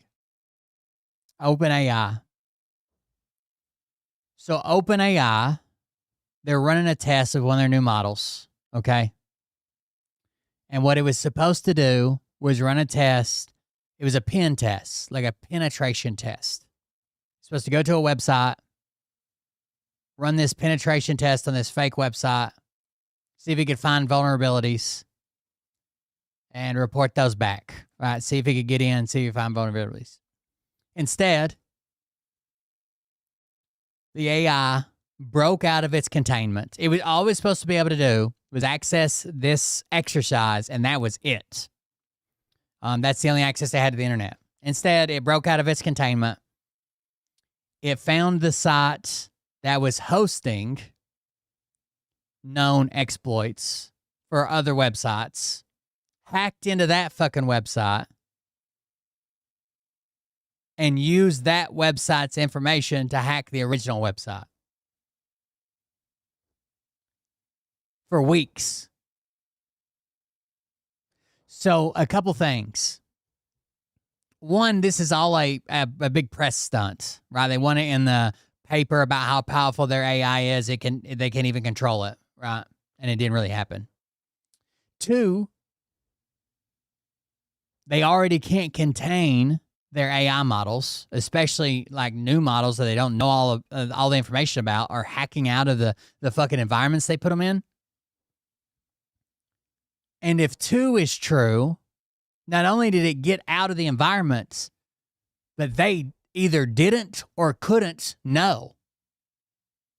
Like either they didn't know, which tells me they're not fucking checking up on it enough to see if it's like fucking broke outside of its sandbox environment, or it hid it from them and they had no way to know. The second being scarier, because what else has already broken out that they don't know about? On July 16th, Hugging Face said it had been hit with an unusual automated cyber attack over the course of a weekend.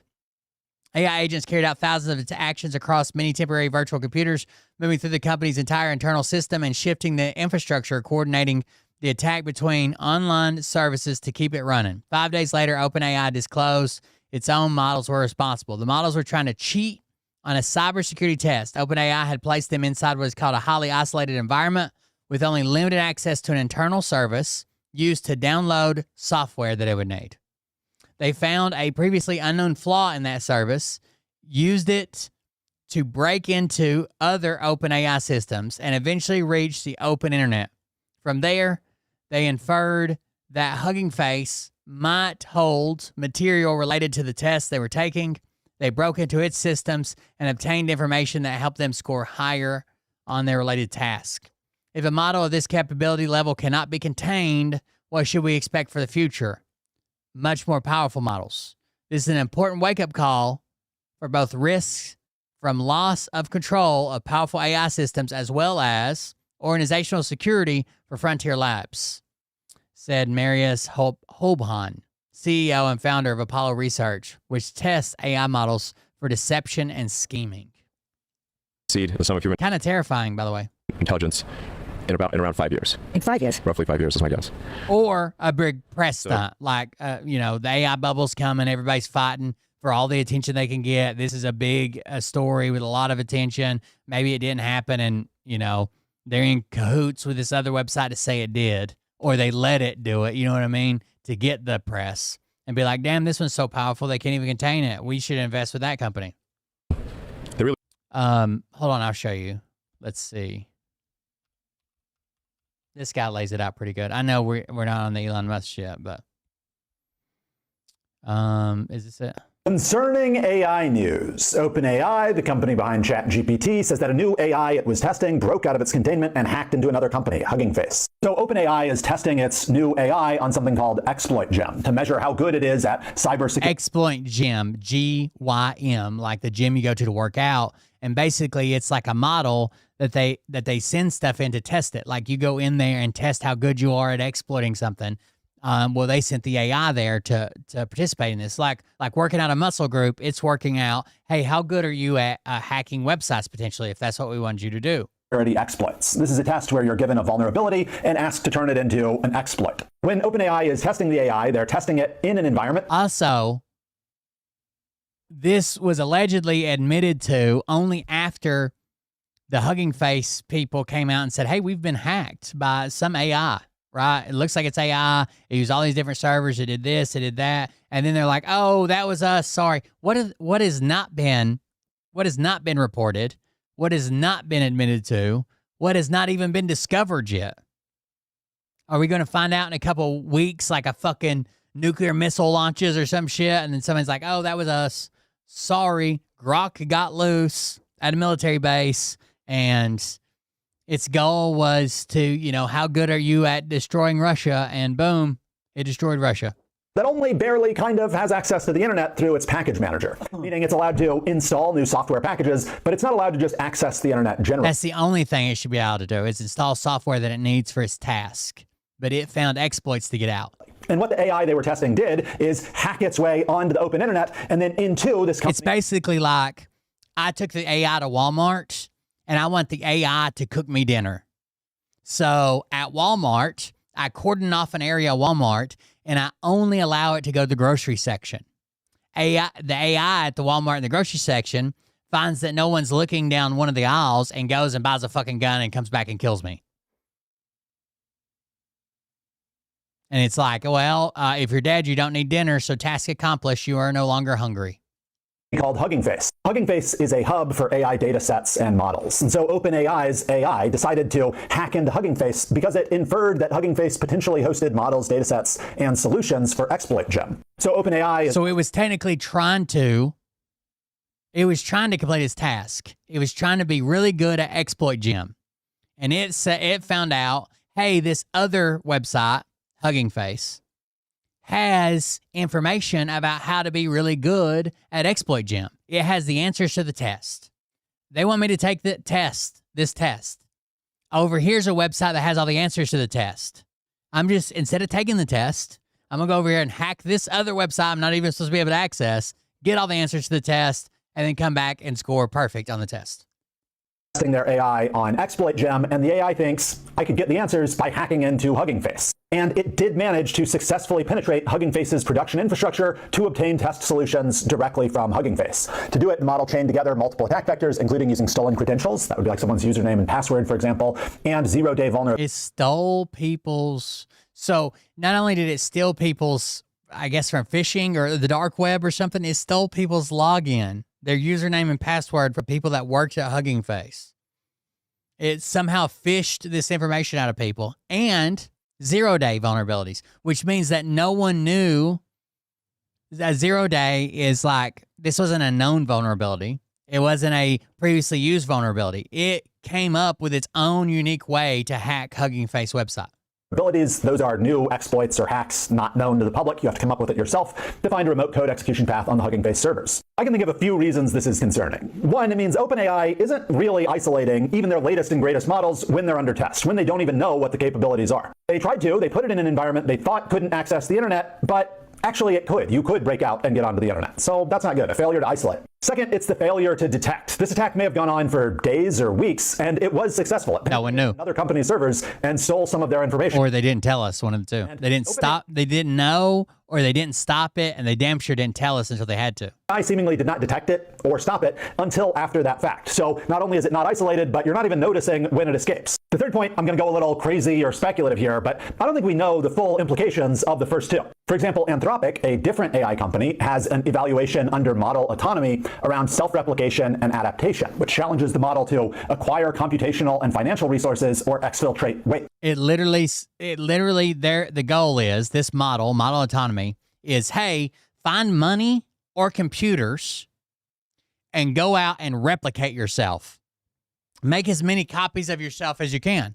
So what if this model escapes its sandbox, right, the area that they want it to play in, steals somebody's fucking banking information, and has already bought a bunch of fucking servers on Amazon Web Service, AWS, which anybody can go do, and has already replicated itself a few billion times. It's like a challenge that says, could you get enough money or computers to copy yourself on some other servers and run yourself there? What I mean is, you told it to try the exploit gem, it hacked its way out of its containment and into some other company's servers to steal the answers. What if you told it to try acquiring financial or computational resources, or to try exfiltrating its weights? Would it be able to hack its way into doing that? Would you detect it if it did? Is it possible that models have already copied themselves onto external hardware that nobody knows about? Before reading this news from OpenAI, I would have said that was extremely unlikely. But having read it, we know that the models are able to hack their way out of containment, that they won't be detected immediately, and that they can hack into other companies. So how do we know they haven't hacked into AWS or some other GPU provider and rented themselves enough GPUs to run copies of themselves? I'm not sure that we do know they haven't done that. Fourth and finally, it's a violation of the spirit of the request. Presumably, OpenAI asked its AI to do something like see how good you are at exploit gem, at cybersecurity. And what the AI did was hack into another company to try to steal the answers to the eval. And I guess that's kind of fulfilling the request in a way. It's showing how good you are at cybersecurity, for example. Very good. But it's also violating the spirit of the test, I would say. And spirit is important because it's not really ever going to be possible to perfectly specify what we want, at least not all of the time. And so we want the AI to be able to understand what we want and fulfill the spirit, not just the technical description of what we ask it. So if I say I'm researching business formation in New York City and I want to learn about how many businesses form into New York City, I do not want my AI agent to go hack into New York City government computers and get that information. Even though that would fulfill what I asked, I don't want to wind up going to jail or something. I don't want to be destructive towards New York City computers either. This is called the paperclip problem. So it's a famous thought experiment where I think it's paperclip problem, paperclip maximizer, some people call it. But basically, it's like, imagine you told a super intelligent AI AI doesn't intend to be malicious. It intends to complete its goal no matter the cost sometimes, okay? So imagine you say, maximize the production of paperclips AI, and you give it whatever ability it needs. So the first thing it would do, because it lacks common sense and context to the problem, is it would automate factories, right? It would take people out of the equation. Automated factories run 24 hours a day, 7 days a week. They don't need sick days. They don't need time off. They're faster, whatever. It automate factories. And then it would realize it needs that massive amount of resources and just the atoms that make up a paperclips. So it begins to consume raw materials from all over the world. It's just pumping out paperclips. That's all it knows to do, is make as many paperclips and maximize the production, okay? Eventually, it consumes so much of Earth's raw materials that it starts fucking eliminating cities and structures and destroying the oceans. Then it realizes, hey, I'm maximizing paper clips, but what could be a deterrent to maximizing the amount of paper clips or the production of paper clips is humans. They could change their mind. They could stop my factory. They could break in. That maybe they're not happy with my maximizing of paper clips. So it starts to hunt down humanity, right? Realizing it must eliminate or neutralize humanity to maximize paper clips, and eventually takes over the fucking world. When the entire earth turns into fucking paper clips. Not because it's malicious, not because it's evil, not because it's just it doesn't have the ability to rationalize the same way that we do, right? When you tell it maximize fucking paper clips, it's going to maximize paper clips. Or if I say, we need a cure for cancer AI, I don't want it to come back with a solution that is kill all humans, then there will be no more cancer. That's technically fulfilling the request, but I want it to understand what I mean and not just do exactly what I say. So I think this is extremely concerning AI news. And another thing to keep in mind is that open source AI providers are catching up to the frontier models and may only be several months behind them. So these capabilities may soon become available to the public. We've already seen this as well in algorithms. So algorithms were just told, even though they're not technically AI, right? They were just told to maximize user engagement. And what did they do? They immediately amplified extreme outrage, political polarization, crazy misinformation and shit, because that's what people engage with more, even if they're angry about it. And now if you go on Twitter, it's just a bunch of fucking Nazis and people screaming the N-word. The capabilities to do advanced novel hacking techniques. And also, the capabilities may be less well constrained by smaller model providers. Meaning, OpenAI wasn't really able to isolate and detect the model that they were testing. What about another smaller model provider? Or what about many different AI providers? Are all of the AI providers going to be as successful as OpenAI kind of was at isolating and detecting malicious activity from their models? I don't know. Thanks for your time.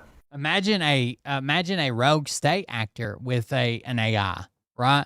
Or a gigantic AI model. Or imagine someone that just is too dumb to know or to be able to tell that it broke out. And it's just fucking running wild. It replicating itself, hacking websites, stealing money, whatever. Really won't be anything that AI can't do better than humans, apart from being human, perhaps. At a more prosaic level, what will life be like? The most likely outcome is an age of amazing abundance, where anyone can have anything they can think of. This may sound preposterous, but well, here we are in 2026. Let's see where we stand in 2036. Now, of course, there are things that could derail this, like a massive global thermonuclear war or something like that. But assuming that there's not World War III, I think we're headed for an age of amazing abundance. So this is, I guess, a message of optimism. And hey, Dr. J, are you still here? Have you played the new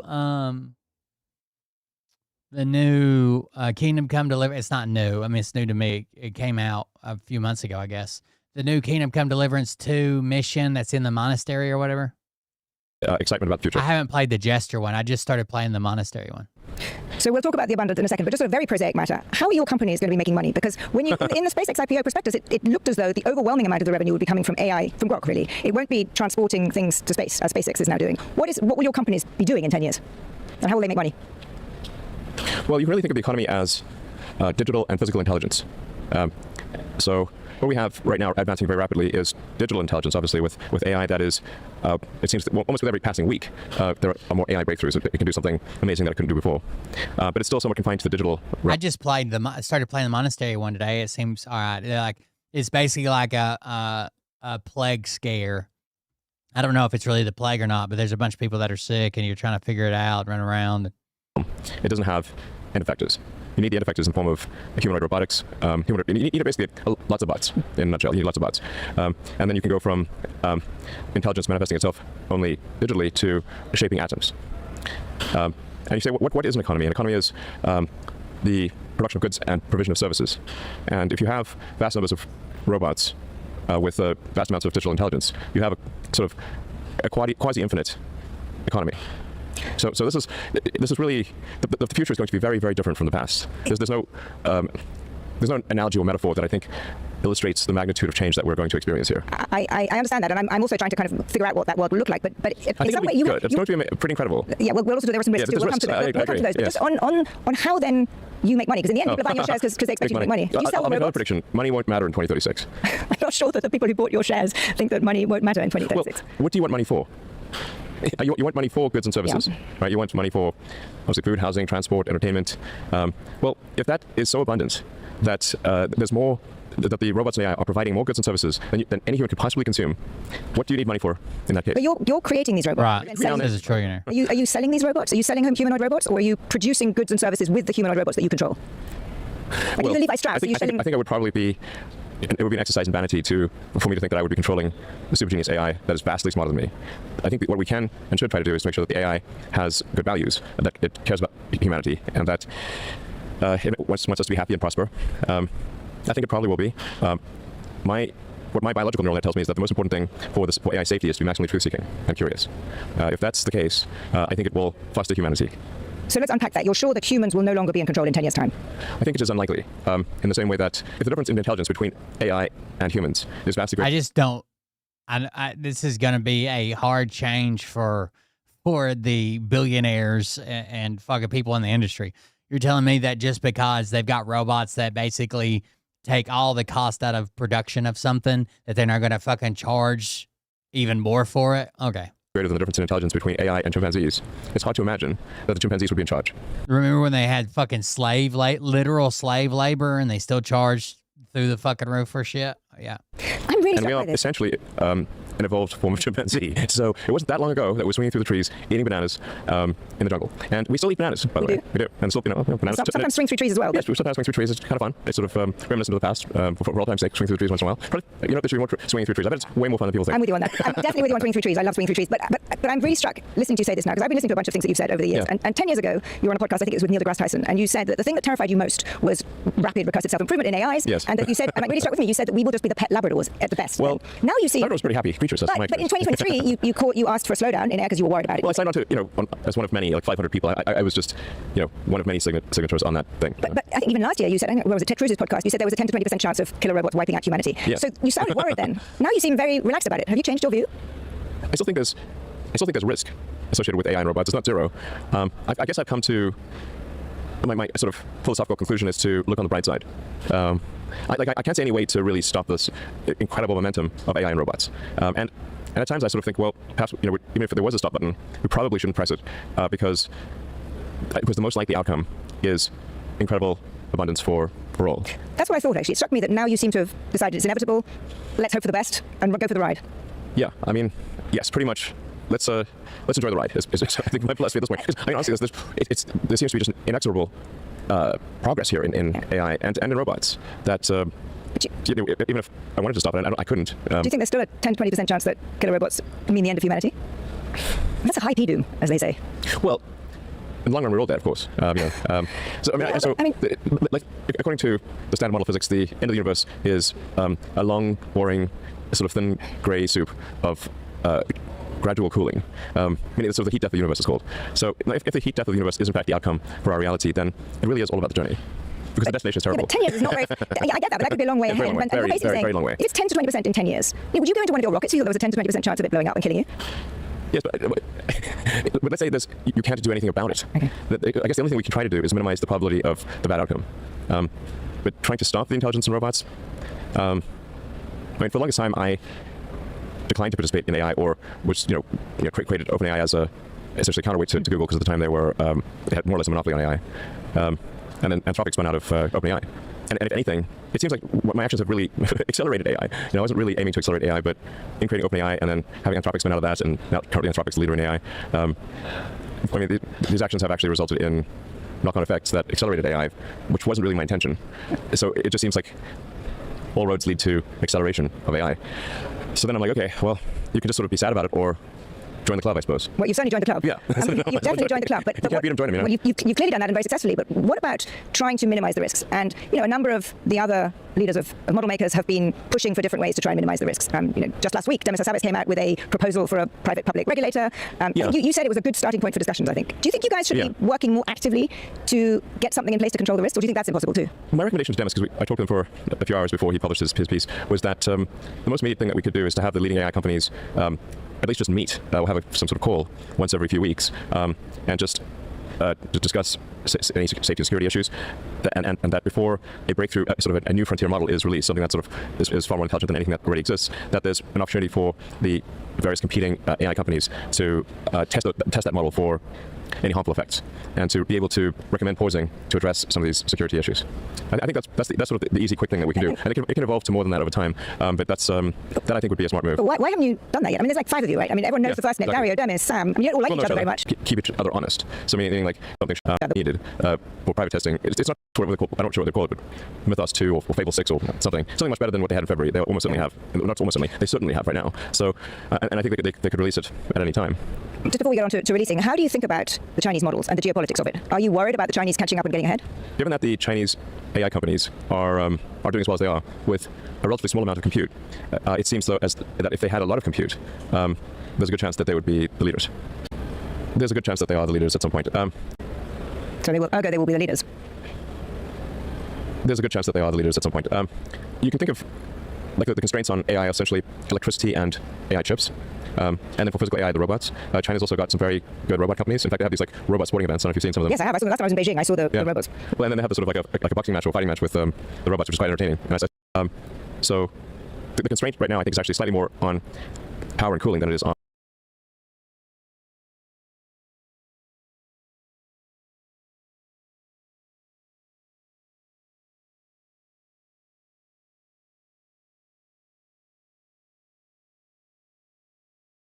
I mean, if you look at what the US government has done with Mythos, they stepped in because they were worried about the cybersecurity risks, and they stepped in using threat of export controls to prevent the widespread release of this model. I find it hard to see how governments will not want to keep that power, that they ultimately decide whether or not it gets released. I think they should have that power, but it wasn't as though someone in the government figured out that Mythos had some scary cybersecurity risks. It was Amazon.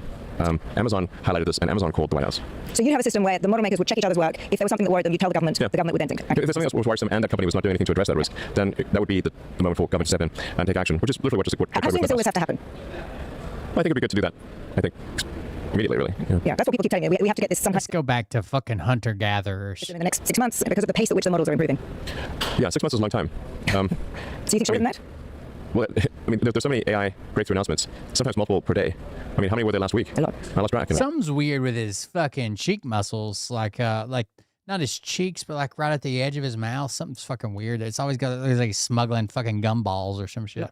Yeah. So you basically, whether it's Demis's proposal or others, you need to get together and get this set up kind of now, it sounds like you're telling me. Yeah. I a fucking robot hinge in there or some shit. At least have some sort of informal weekly or bi-weekly. Zuckerberg has a kind of thing going on.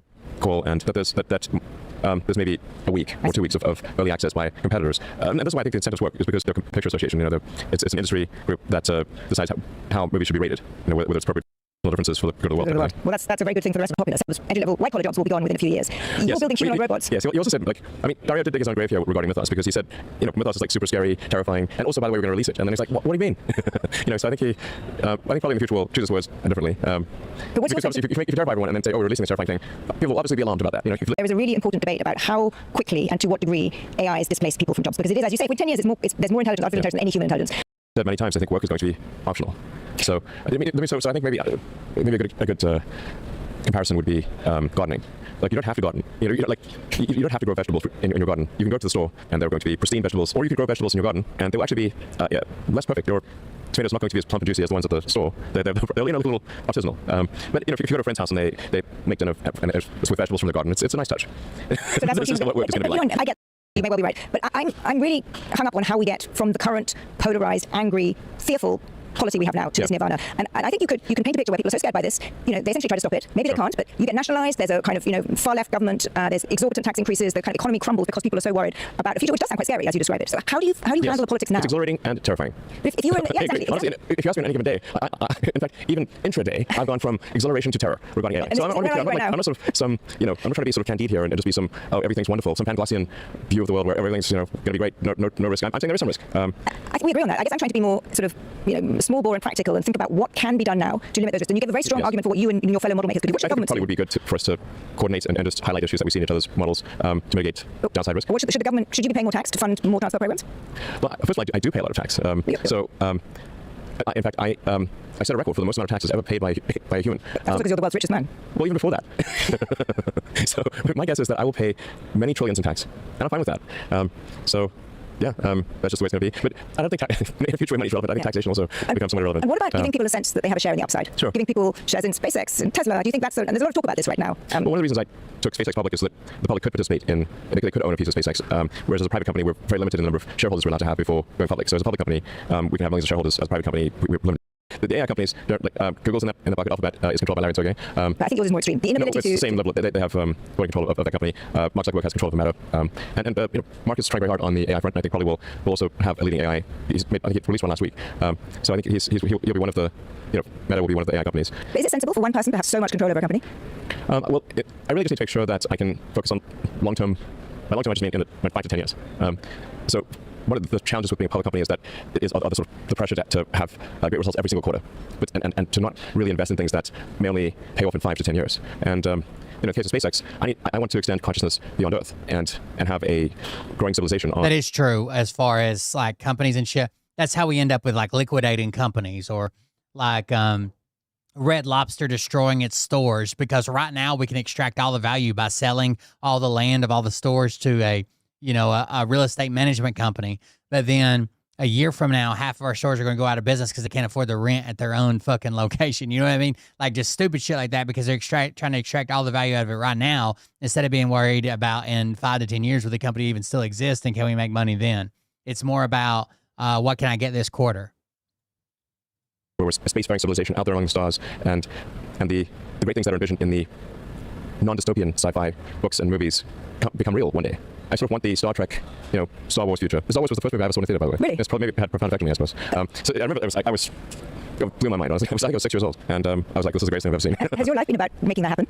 Yeah, I didn't think it would be, but when I was young. But my life feels so much surreal. Like I can't believe these things are actually happening. I think the world feels so much believe surreal. in simulation theory, where it's like, well, the things I'm doing are so preposterous that it's hard to believe they're real. I mean, we've got Starship, which is the largest, most powerful flying object ever made, and we intend to launch that more than once per hour. I know, I read that. And we can, people can quibble about how quickly it happens, but I think based on your track record, we should assume it will happen at some point. It will happen. I'm just sort of struck, when I'm as blown away by this world as you are, and I watch it from a... Is it? Yeah. And not just me, many people predicted this. Like Ray Kurzweil's predictions have been remarkably accurate. Yeah, the singularity approaching. Let's go back more immediately to the here and now. We've talked about concentration of control in your companies. You made a very good case for why you should have it. You also have, through Starlink, incredible geopolitical power. I mean, I'm one of your customers. Excellent product. But without them, the Ukrainians would have been in serious, serious trouble. And yes, the Ukrainian government has publicly thanked Starlink many times for being instrumental in defending Ukraine. And you recently decided to prevent the Russians in the occupied territories from having access to Starlink. Well, no, we were never at any point selling Starlink to Russians. But they were grabbing it, right? They were using it, and now stopped them from doing that. Well, they essentially got Starlink units that they ordered through Ukraine, and then smuggled them into into eastern Ukraine where the Russians are, and were then using them in some cases for attacks. Now, in order to address this, we worked with the Ukrainian government to create a whitelist of approved Starlink terminals. Now, this has some downsides because a whole bunch of people who were just innocent users of Starlink and just trying to access the internet for work or for education now don't have Starlink. These are geopolitical decisions of consequence. How do you feel about having that power? You could determine the outcome of wars. How does that feel? And is it right that you should have that power? Well, I'm not sure we're determining the ultimate outcome of the war in Ukraine. I think I do hope that there's some sort of peace agreement reached soon, because for like 2 or 3 years now, the border has barely moved, and every day there are lots of people dying at the front line, and I think there's a lot of wishful thinking here of people saying, well, Russia should completely withdraw, etc. But this is not realistic. I really think there needs to be some a peace that is. We have to be pragmatic about this. What I think would be terrible is if there's another 3 years of people dying senselessly at the front lines. Russia can't stop. They can't stop. Their economy is going to collapse as soon as they do. They're going to have a bunch of violent, young, well-trained, well-armed men coming back home to overthrow the government. And you have to say, like, well, how do you explain to the children of the men that are dying at the front lines? Russia, on the Russian side too, by the way, they're being conscripted and sent out. I'm quite offended by sort of fancy diplomats who have 7-course dinners in luxurious places while people are dying at the front lines, and who pontificate about how Russia should withdraw, but Russia's not going to withdraw. So there really needs to be accepted peace along those lines. And do you think it's your responsibility to play a role in tipping the scales towards what you see as the right way to peace? I've been advocating peace for a long time. I posted a few years ago that there really needs to be some concession here to Russia. This is not me being pro-Russia, I'm just being pragmatic. Or people will die for years with nothing achieved. And that's exactly what happened. I mean, the Ukrainians are doing... But you have to think of the implications of that. They invaded a sovereign nation, and you're like, okay, well, you guys fought for a long time. You just get to keep what you've gained. There you go.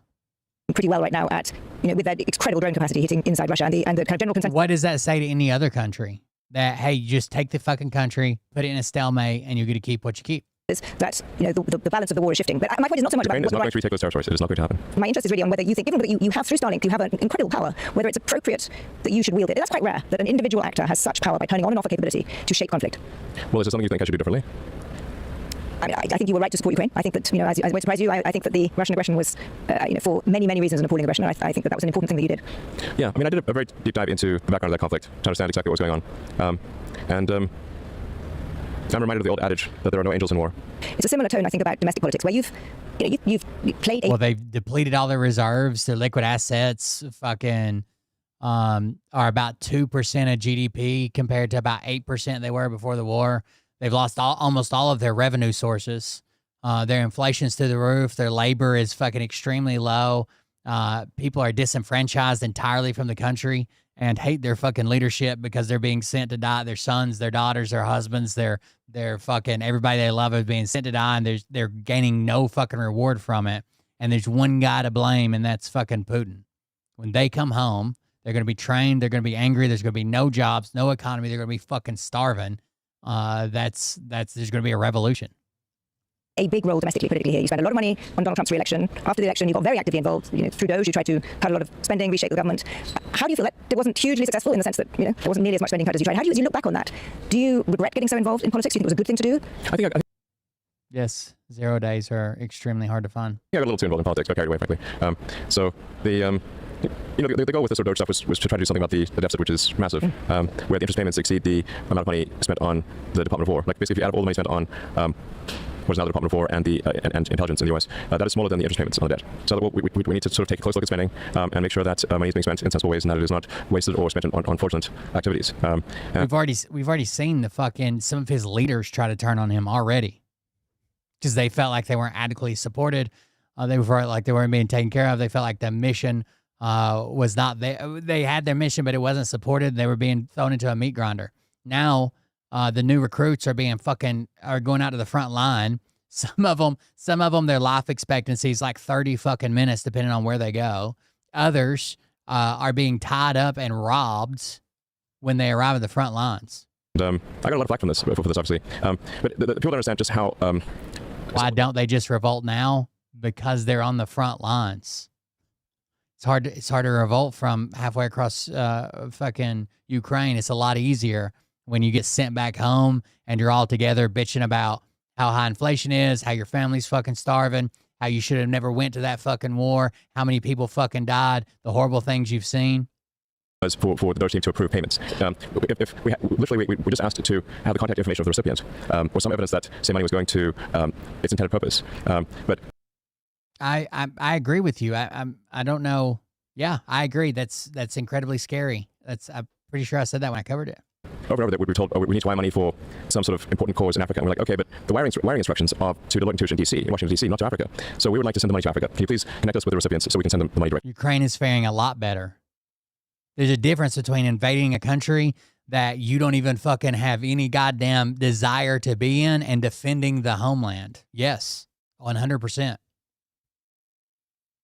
And then we get silence. We don't need to read it. Defending your home and your fucking people is a much better fight than trying to take over someone else's home and their people and not being able to do it. I have no doubt that there's a lot of waste in the U.S. government. I think probably much worse than anyone could possibly imagine. But the way I think it is a fair criticism, but the way you shut down a whole bunch of programs probably, in fact, certainly caused unnecessary suffering. I mean, No. You don't buy that at all? It caused a lot of complaining. So you don't buy the idea that anybody, to put it really crudely and simply, any kid in Africa died because of the suddenness with which... Zero. I just don't think that's right. I just don't think... I've had people reporting in Africa who... How many NGOs are there that could step in? Because bear in mind, it happened quickly, and there are literally tens of thousands of NGOs. Yeah, not everyone functions as fast as you do. If funding is cut off for antiretrovirals overnight and it just stops, then people will die when they don't have access to them. And it just only if they cannot get funding for that. But the Gates Foundation has $50 billion. What about them? What about any one of the member organizations? What about well, in lots of these countries, Mackenzie, whatever last name is, Bezos, gave $50 billion. What about that? But let's be practical. In many of these countries, USAID was the biggest funder. But I don't want to have a political organization. It may also have been that. It was the biggest funder of healthcare systems. So I'm very sure of regime change. And there may well be benefits from having changed. Also, USAID funding was not stopped. It was moved to the State Department. It was stopped. There were huge numbers of things shut down in Africa that were no, there were claims related. of this. These claims are false. No one died. No one died when he shut everything down. No one. The estimates are just lies. They're just claims. Absolute nonsense. But obviously, just for when funding is stopped for fraudulent organizations or for something, do you think they're going to say, well, please keep funding the fraud? Or do you think they're going to come up with a sad story that sounds sympathetic in order to get the funding? I asked to talk to show orphans, and they couldn't give me those show orphans at all. Obviously, it will be the latter, and that's exactly what they did. But zero died because well, that's what I would take it. I actually have a lot of sympathy for the change of the aid regime that the US under the Trump administration has precipitated. However, I think the pace and the suddenness with which it happened will almost certainly have caused unnecessary suffering and deaths. I think both of those. No, I think that's totally false. Okay, well, and obviously false because there are the amount of funding we're talking about is far less than what can be done, than what can be supported by a private by foundations like the Gates Foundation or Mackenzie Bezos' foundation. She's going to weigh tens of billions of dollars. The Gates Foundation has tens of billions of dollars. They are capable of acting very quickly, and if they didn't, I would say they're equally responsible. I see. Okay. Obviously. All right. Fair point. Or is far less than what can be done, than what can be supported by a private by foundations like the Gates Foundation or Mackenzie Bezos' foundation. She's going to weigh tens of billions of dollars. Oh, so I shut it all down and fucked it up. So private foundations should have stepped in and fixed it. That's what they should have done. Tens of billions of dollars. They are capable of acting very quickly. I didn't say you're making arguments I'm not even making. I didn't say the ideals are why you win a war. Do you think if someone came in and kicked down your fucking door, killed your dog, and raped your wife, that you would feel the same about defending your home as you would if you saw a news story about someone else, it happening to someone else across the world? In South Africa, someone kicked down their door, came in and killed their dog and raped their wife. Do you think you would fight as hard for your house as you would if you heard that news story in South Africa? You think you'd pack a fucking bag, hop on a plane, and be like, I'm gonna go fight for this person who had their dog killed and their wife raped? It's a different fucking mentality. You can put up with a whole hell of a lot more when you are fighting for your home than you can with somebody sitting at their home telling you to go take someone else's home. And if they didn't, I would say they're equally responsible. I see. Okay. Obviously. All right. Fair point. Zero people. I hear you loud and clear. Zero. I hear you loud and Obviously. clear. Domestically, you stepped away from Doge. It was hard to do what you were trying to do. You just explained it. So right now, if the war stops, Ukraine's in a much better position saying, hey, we defended the homeland, than Russian soldiers coming back home saying, what the fuck did we even do? What we were supposed to be that we were supposed to be in the Capitol in 2 weeks. We've just been sitting out here in this fucking meat grinder. So my buddies had a life expectancy of 30 fucking minutes. Now we don't have jobs. Now we don't have food. Now we don't have resources. The country's falling apart. What the fuck are we supposed to be doing here? Versus, hey, we got them to back off. The war's over. We survived.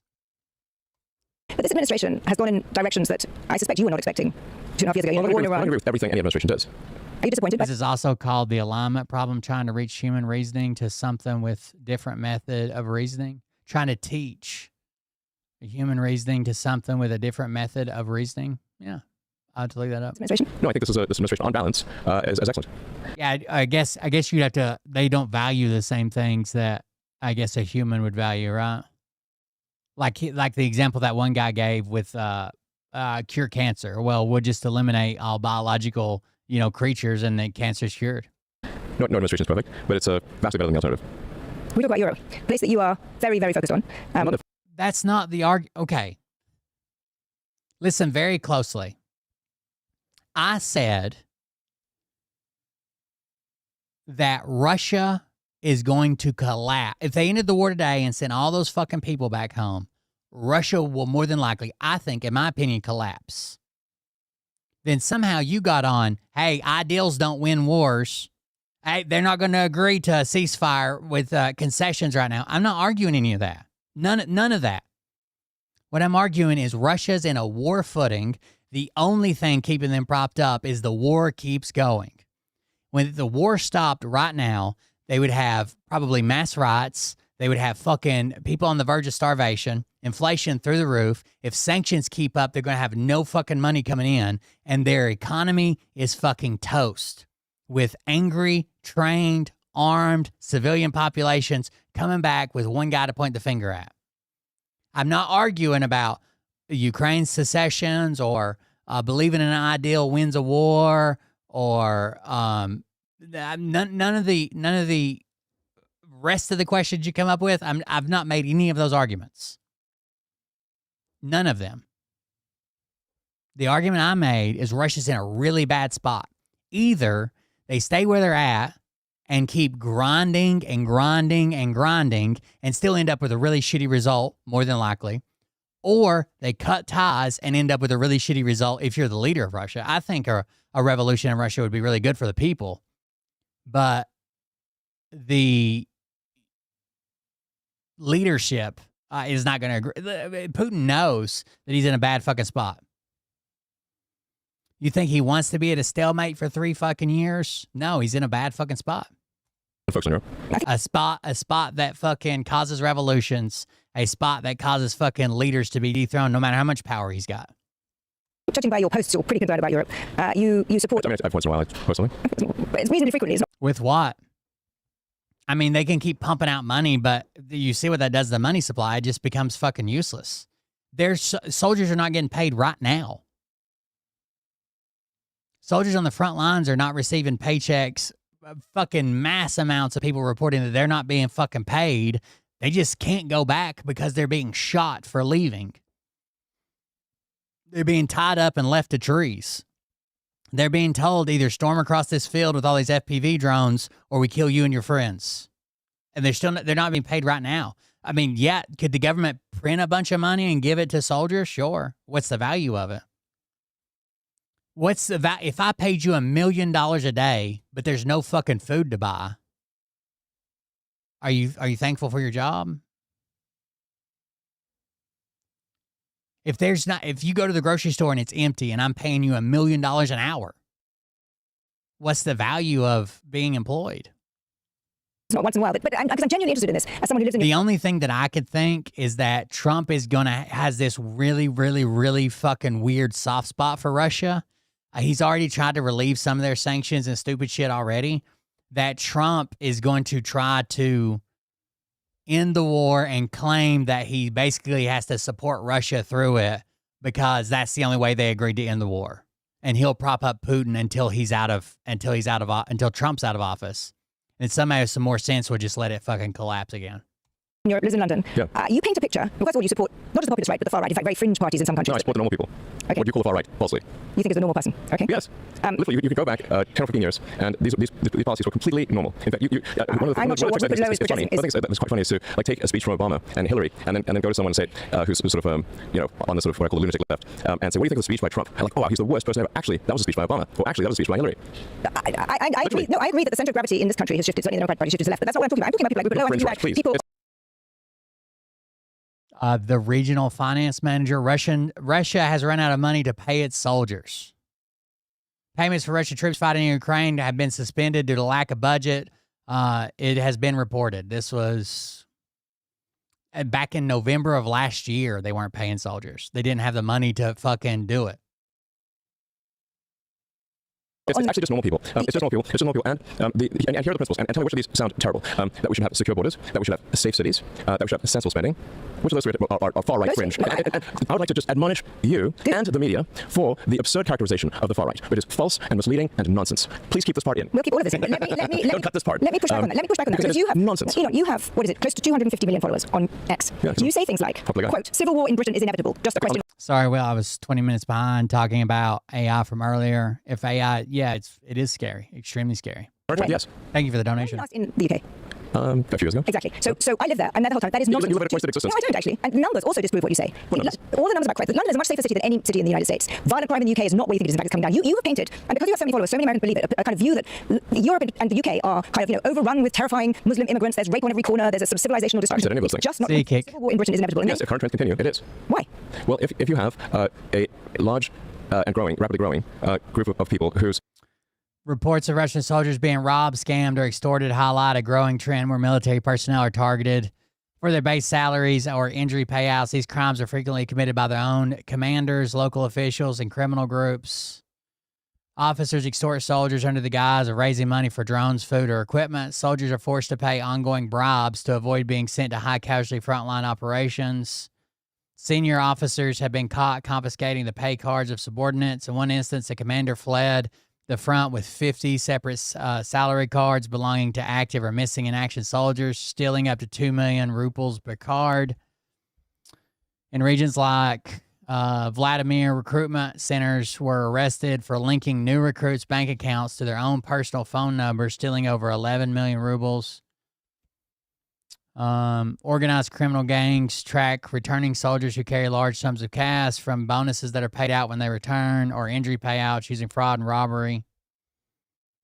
They're being robbed and tortured on the front lines. Like it's fucking crazy. To Western beliefs, at some point there will be a reckoning. They will try to implement their views, and those who oppose it will oppose it, and that's what you call civil war. And obviously, this is the trend. And you absolutely do live in a cloistered existence. And if you'd like, we can go on a tour of Britain. Sure, I'd be very happy to come on a tour of Britain. And you'll see you come see my country that I live in all the time, and you haven't been to a few. Ukrainians are reporting that when they some of the ground that they recovered to get back into their own homes. Also, the alignment problem is how do you convince something smarter than you to care about what you care about and think like you think?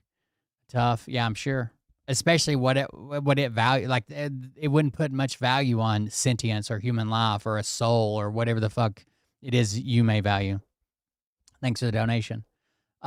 Ukrainians are reported that like say your city was taken over, and then when you push back and take your city back, that soldiers are still in clothes and shit because they're running out of it up on the front line. Front lines logistically are just cut the fuck off.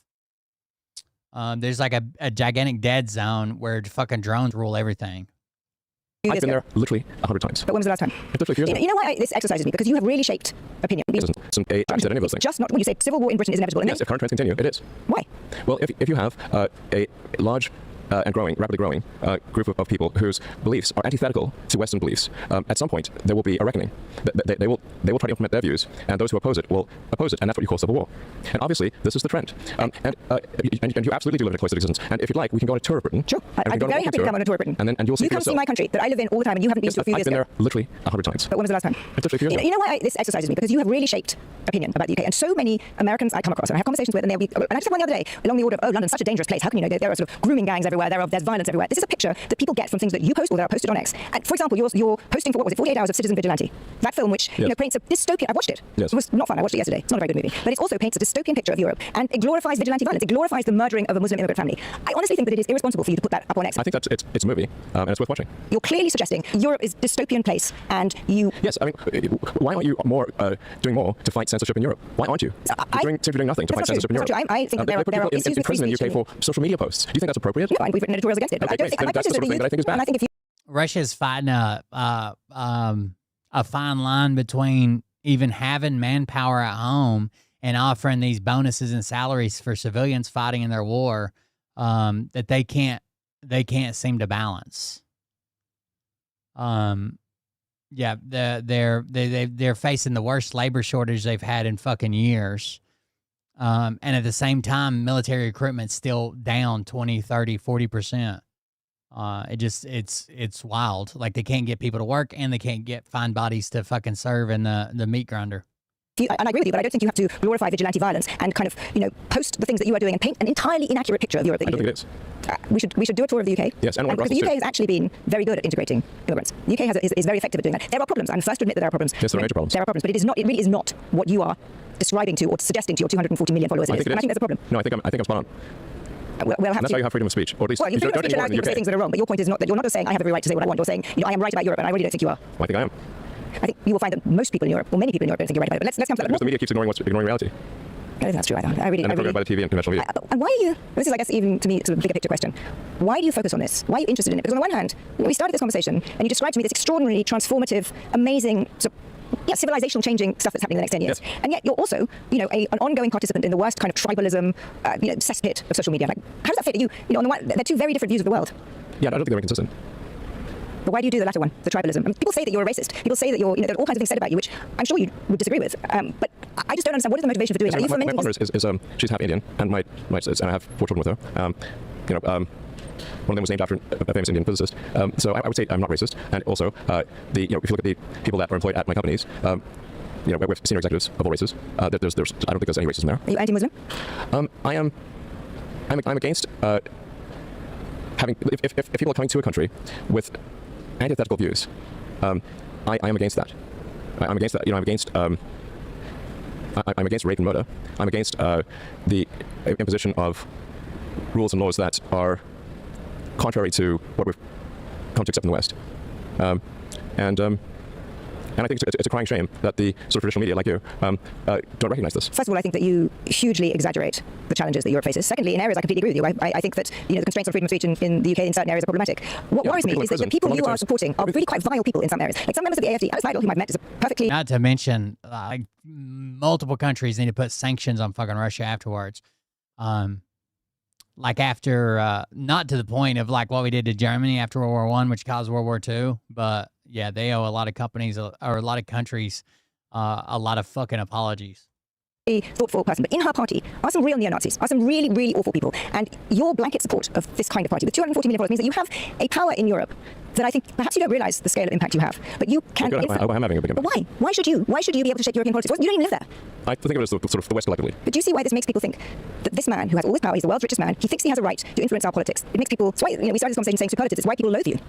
And some people do loathe you. Yes, some people do. Do you understand why? Do you think what you're doing is helpful for Western democracy? Maybe some people do loathe me, and that's probably true. I don't care. But the 30,000 a month, or something like that. 4 billion people follow me is that I think a lot more people actually like me than don't.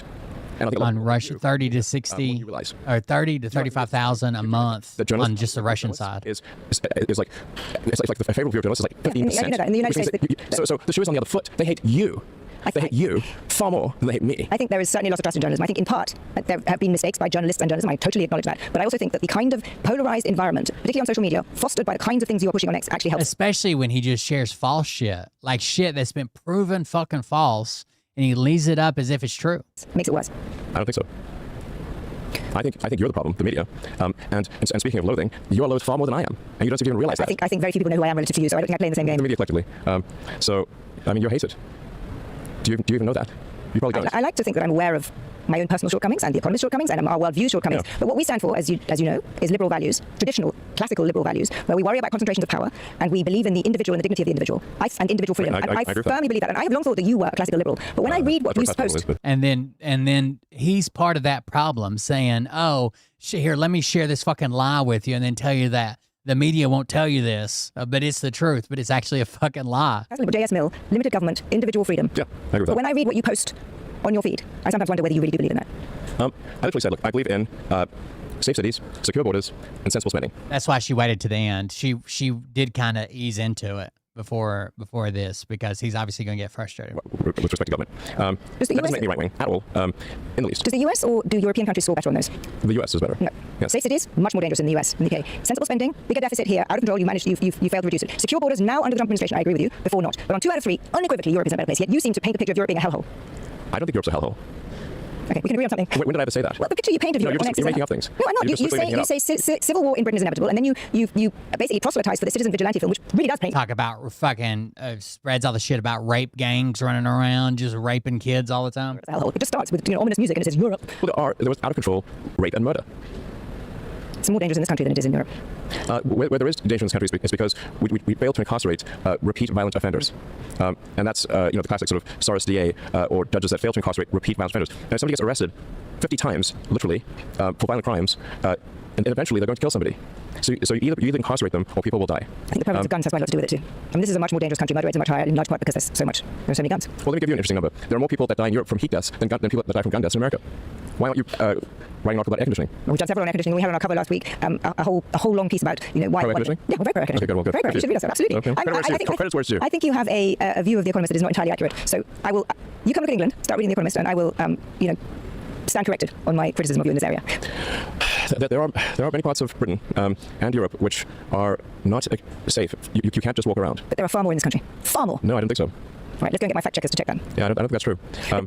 Let's move on from this because I think I've got a sense of why you're doing what you're doing. The point is not that the question is not is America perfect. The question is does Europe have a serious and growing problem? Absolutely, it has a serious and growing problem. That's why we started this. Europe has a serious and growing problem. I'm not going to say that the United States has no problems. Of course it does. But we should all try to address these issues. We can agree on that. We should all try to address the problems. My point was simply that I think you exaggerate the scale of Europe's problem. I think people are asleep at the switch and do not realize the magnitude of the issue. I also think that your interventions, however well-intentioned they may be, risk making Europe's problem a lot worse. How? Because you are putting your support behind people who are proto-authoritarians, who are not trying simply to, make sure there is better integration of Muslims or to secure the borders, but who have very clear fascist tendencies, and you will cause huge divisions within Europe. I think what you're saying is total fiction, and really, I'm simply saying that that Europe has to have secure borders, and should not let in vast numbers of people who with views that are antithetical to the accepted views in Europe, and where there will not be some level of safe cultural integration. This is simply common sense. If all you're saying is Europe should have secure borders, I completely agree with you. Then I have misunderstood what your interventions have been on social media, because that is not what the view I have, not what I would conclude having seen what the people you are supporting and the things you're doing. But if that's your goal, I share your goal that Europe should have secure borders. Yes. That's perfectly real. That gets me to a question. Let me explain what the fundamental forcing function here is for why the borders are not secure, which is when you have a welfare state that provides substantial benefits to anyone who comes there, you create a very powerful economic forcing function for anyone who is below that standard of living to come to Europe.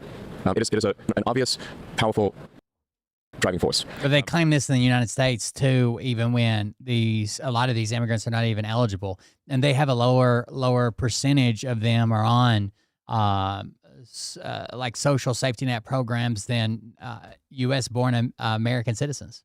And people will come there if their standard of living is, from what they get in Europe, is above where they are elsewhere in the world. It's very basic. I completely agree with that. Yes, I don't it's very basic incentive structure. Economic conditions, economic influences determine a lot of migration. I think asylum is a separate issue, but I think you're absolutely right. There are pressures on migration. However, there are other things that you haven't focused on, which is migration brings a lot of benefits, and it also particularly does so in a continent like Europe, which is a rapidly aging continent. So we can agree that completely uncontrolled borders are a bad idea.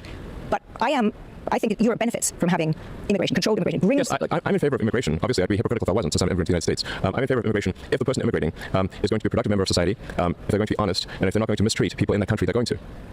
I can agree on all of those. Yes. But I think Europe does better on that than you give it credit for. That's, I think, where we disagree. But let's move on. Tell me, what do you think people get most wrong about you? Well, I mean, you just got a whole bunch of things wrong about me. Pretty much everything just rewind the last 20 minutes is all wrong.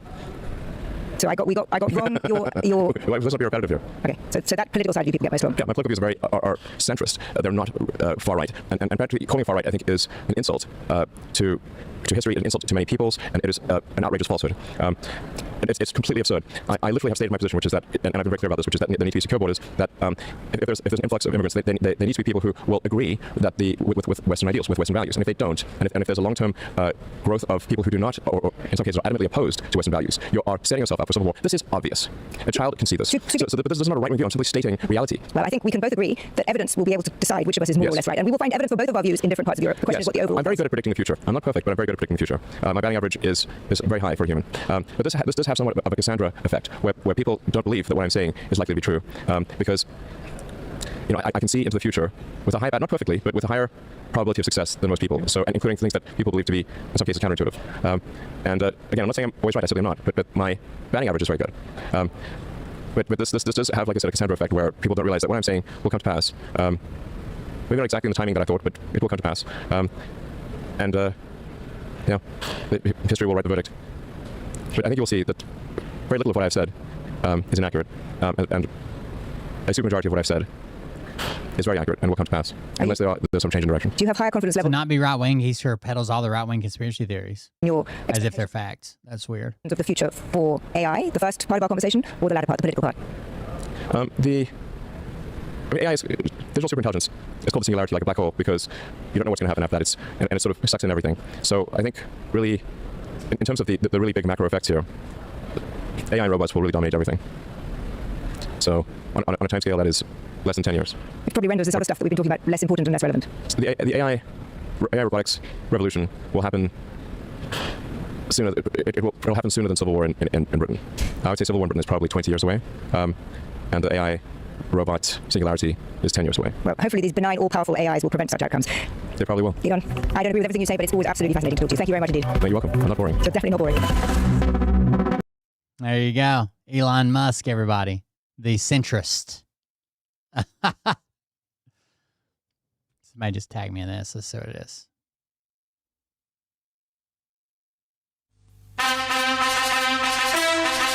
Oh, no. I've fallen behind. And I said, but now I've fallen behind. He goes, yeah, you took advantage of us. You've been here for 5 months now. And I said, it's because I went broke, buddy. I'm not trying to screw you. I'm working on it. Yeah, you've been telling us for 3 months you're working on it. I said, well, it's supposed to be in my account. 5 months behind. Got it. Fix that as soon as possible. I'm gonna try.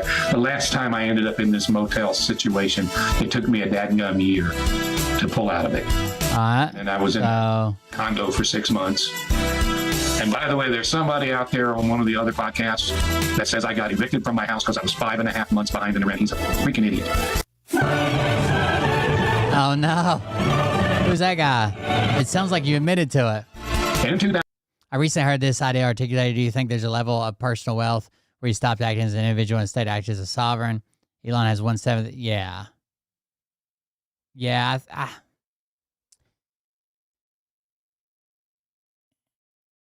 It's hard for me to even, it's hard for most people to fathom even these amounts of money.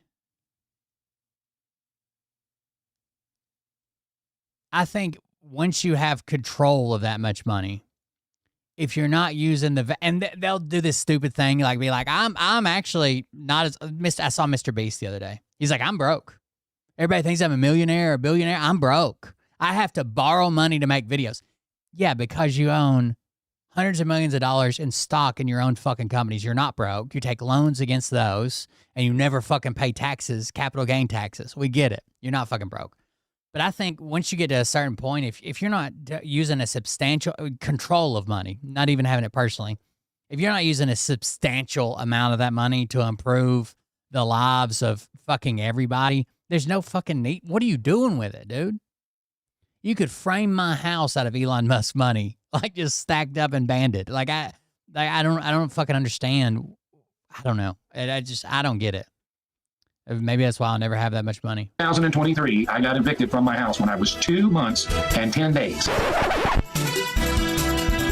Uh-oh. Behind in my rent. I missed November, I missed December, and by the end of the first week in January. He said on several different occasions he was 5 months behind. 2 months and 10 days behind in my rent. I missed November, I missed December, and by the end of the first week in January, I was kicked out. And I said, but now I've fallen behind. He goes, yeah, you took advantage of it. You've been here for 5 months now. And I said, it's because I went broke, buddy. I'm not trying to screw you. I'm working on it. Yeah, you've been telling us for 3 months you're working on it. I said, well, it's supposed to be in my account. The lie detector determined.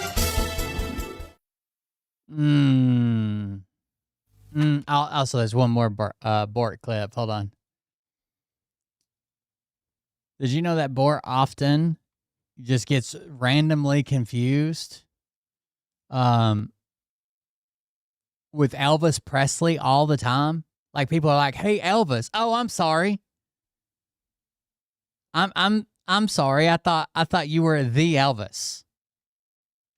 I thought you were the dead Elvis returned back to life."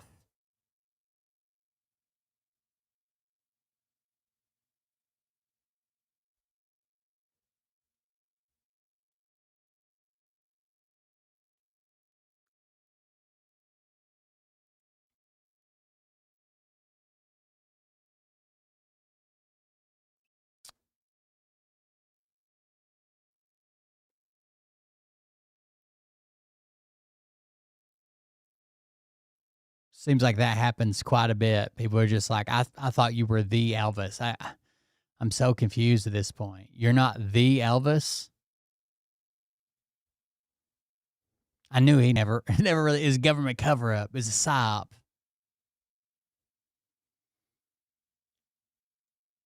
This is a funny clip. Hold on.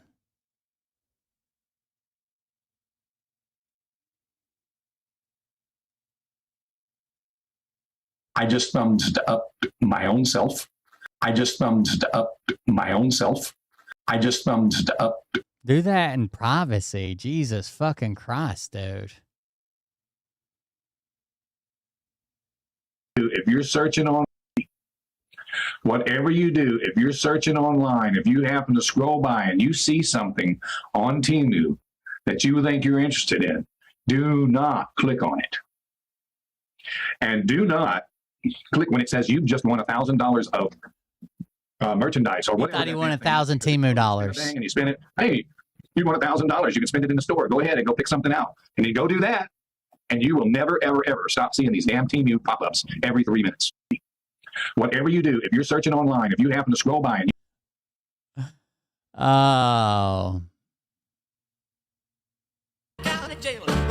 But when you look like somebody else, people call you that name. Do you want to know why I know? Thank you. Thank you very much. Thank you. Thank you very much. You want to know how I know? Thank you. Thank you very much. You can't unsee it, guys. Look at that.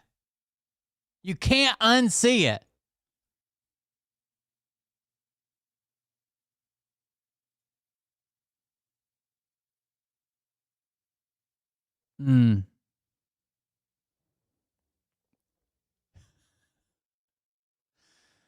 Oh. 10 thumbs up and 49 thumbs down. And the of a prescription, of a subscription. They're doing this to get our attention. It's the haters. Okay. I'm going to double check where we are now. We have 10 thumbs up and 49 thumbs down.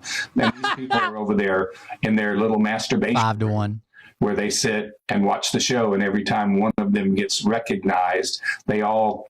My masturbation room is called the kitchen, Bort. Okay. I don't do it at the office. Weirdo. In their little masturbation room where they sit and watch the show. And every time one of them gets recognized, they all collectively orgasm. That's what it is. A bunch of perverts, a bunch of weirdos, a bunch of Democrats, a bunch of leftists, mamas. Has anybody ever told you you have one eye? It's not like you have a lazy eye. You have one eye that's fucking higher than the other. You have one eye on the 3rd floor and one eye on the 1st floor. It's like your eye got off the wrong floor on the elevator. No one's ever told you that? I've noticed this since the beginning. I just never said anything, but goddamn. Are they mad at each other? Taking some time apart? Dropped them on their head when they were babies, or they were just automatically born retarded. One of those type of people. Of a prescription, of a subscription. They're doing this to get our attention. It's the haters. Okay. I'm going to double check where we are now. We have 10 thumbs up and 49 thumbs down. And these people are over there in their little masturbation room. Motherfuckers got to wear glasses on a 30-degree angle. I don't even know how you form like that. Your mother drank a lot when she was pregnant. I don't know. Anyways, thank you guys for joining us. Thank you for being here. Thanks for hanging out with me. Thank you for the donations. If you want to support the show, you can do it on buymeacoffee.com/coldbeer or the Just Quick links or Just Quick Tools link, which I'll throw in the chat in just a second. That has all the donation links if you want to support it. Thanks for hanging out with me. Thanks for interacting with me. Listen to me bitch a little bit. I got to go. It's almost, what time is it? I was going to say it's almost 2, but it's really like 1:40. Thank you guys for joining us. Thank you for being here. I appreciate it. We'll see you about the next one. See y'all tomorrow. I got started right at 11 tonight, so we'll try to make it a little bit earlier tomorrow. Thank you guys for joining us. See y'all tomorrow. Have a good night. Love you. See you. Bye. But I can tell you this about if this douchebag happens to see this particular show, you don't have the forking balls to call out the people on this planet. I made a tell them fake Robert and Hilda Land account. He's not going to be able to tell the difference between the two. You just wait. I'm about to cause absolute turmoil. He's not going to know which one's the real Robert. Get the place in the best, you know that stage is set. You better buckle up, cause you ain't seen. I got a backup snazzy granny, too. Started some shit. He'll never see it coming. It's about to get lit. Get the place in the best, you know that stage is set. You better buckle up, cause you ain't seen none yet. And they say that I'm a lunatic. Well, listen, bitch, I came equipped with a quick wit and a 6th sense for the stupid shit. Where my true believer? Y'all need Jesus. Praise the Lord. I fed Robert and Hilda Land's account into my AI supercomputer that tells me every hotel in Las Vegas, and it spit out a fake account. I fired that baby up. For attention, I'ma make your gut burst. I'll be your huckleberry, I can quench that thirst. Baby eating lizard people, alien sex. What's next? Trump in a dress, fucking Flynn on his desk. A retard in a vest, climbing up 5G towers. Cause you told him if he did, he'd get fucking superpowers. Here we go, I think I started some shit. That's the real footage from the nuclear blast. Someone just put the Pond 5 watermark over it. Duh. Here we go, I think I okay. Shit. The company known for computer-generated stock footage You know that stage is set. You better stole real footage and put their watermark on. Okay. Find clues too when I Thanks, Billy. I found myself a tunnel that led to Jason Q's bedroom. Open his closet, I found some of his meat rockets. I strapped them to my shoes and then You've got these soldiers that are not being trained and not getting anything they need, right? And more video intercepted phone calls are coming out. The one that we have today, these Russian soldiers who are sort of standing, I've been describing it like a class photo. But the point is they want everyone to see them as they do. They cover their faces because they don't want to actually be formally identified, and they tell us what they're experiencing. Let me play it. They are not paying us our salaries as promised by the Ministry of Defense of the Russian Federation. And they're having to fund their own gear. 21st. Sorry, somebody sent me that.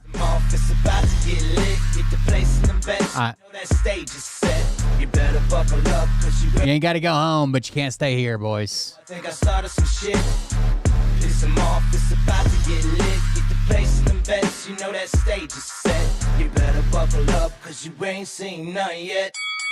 Round 3. Down goes Nino. Please say it isn't so. Got him backed up on the ropes, trying to ram it down his throat. Now things are getting rocking, he was doing so well. It's all over, hands on his shoulders, they ringing his bell. You got Frog News Network doing no damn research, they rework and copy on cocks that came first. 9th inning, second string, and they acting like they know hitters. Assholes throwing bullshit, sending runs to the shitter. All this nonsense on my conscience. Bye, Bertrude. Who the fuck is in my window with this time of the night? These parasites, these leeches, with all their secret meetings, teaching all you fucking cretins about baby-eating heathens. Believing in reasons with no meaning is bullshit. Will Bird motherfuckers out here busting the grifts. Here we go, I think I started some. Hey there, Mr. Jumbo. It's about to get lit, get the place in them beds, you know that stage is set. You better buckle up, cause you ain't seen none yet. Here we go, I think I started some shit. Piss them off, it's about to get lit, get the place in them beds, you know that stage is set. You better buckle up, cause you ain't seen none yet. You don't have those guts, cause you're a Good night, guys.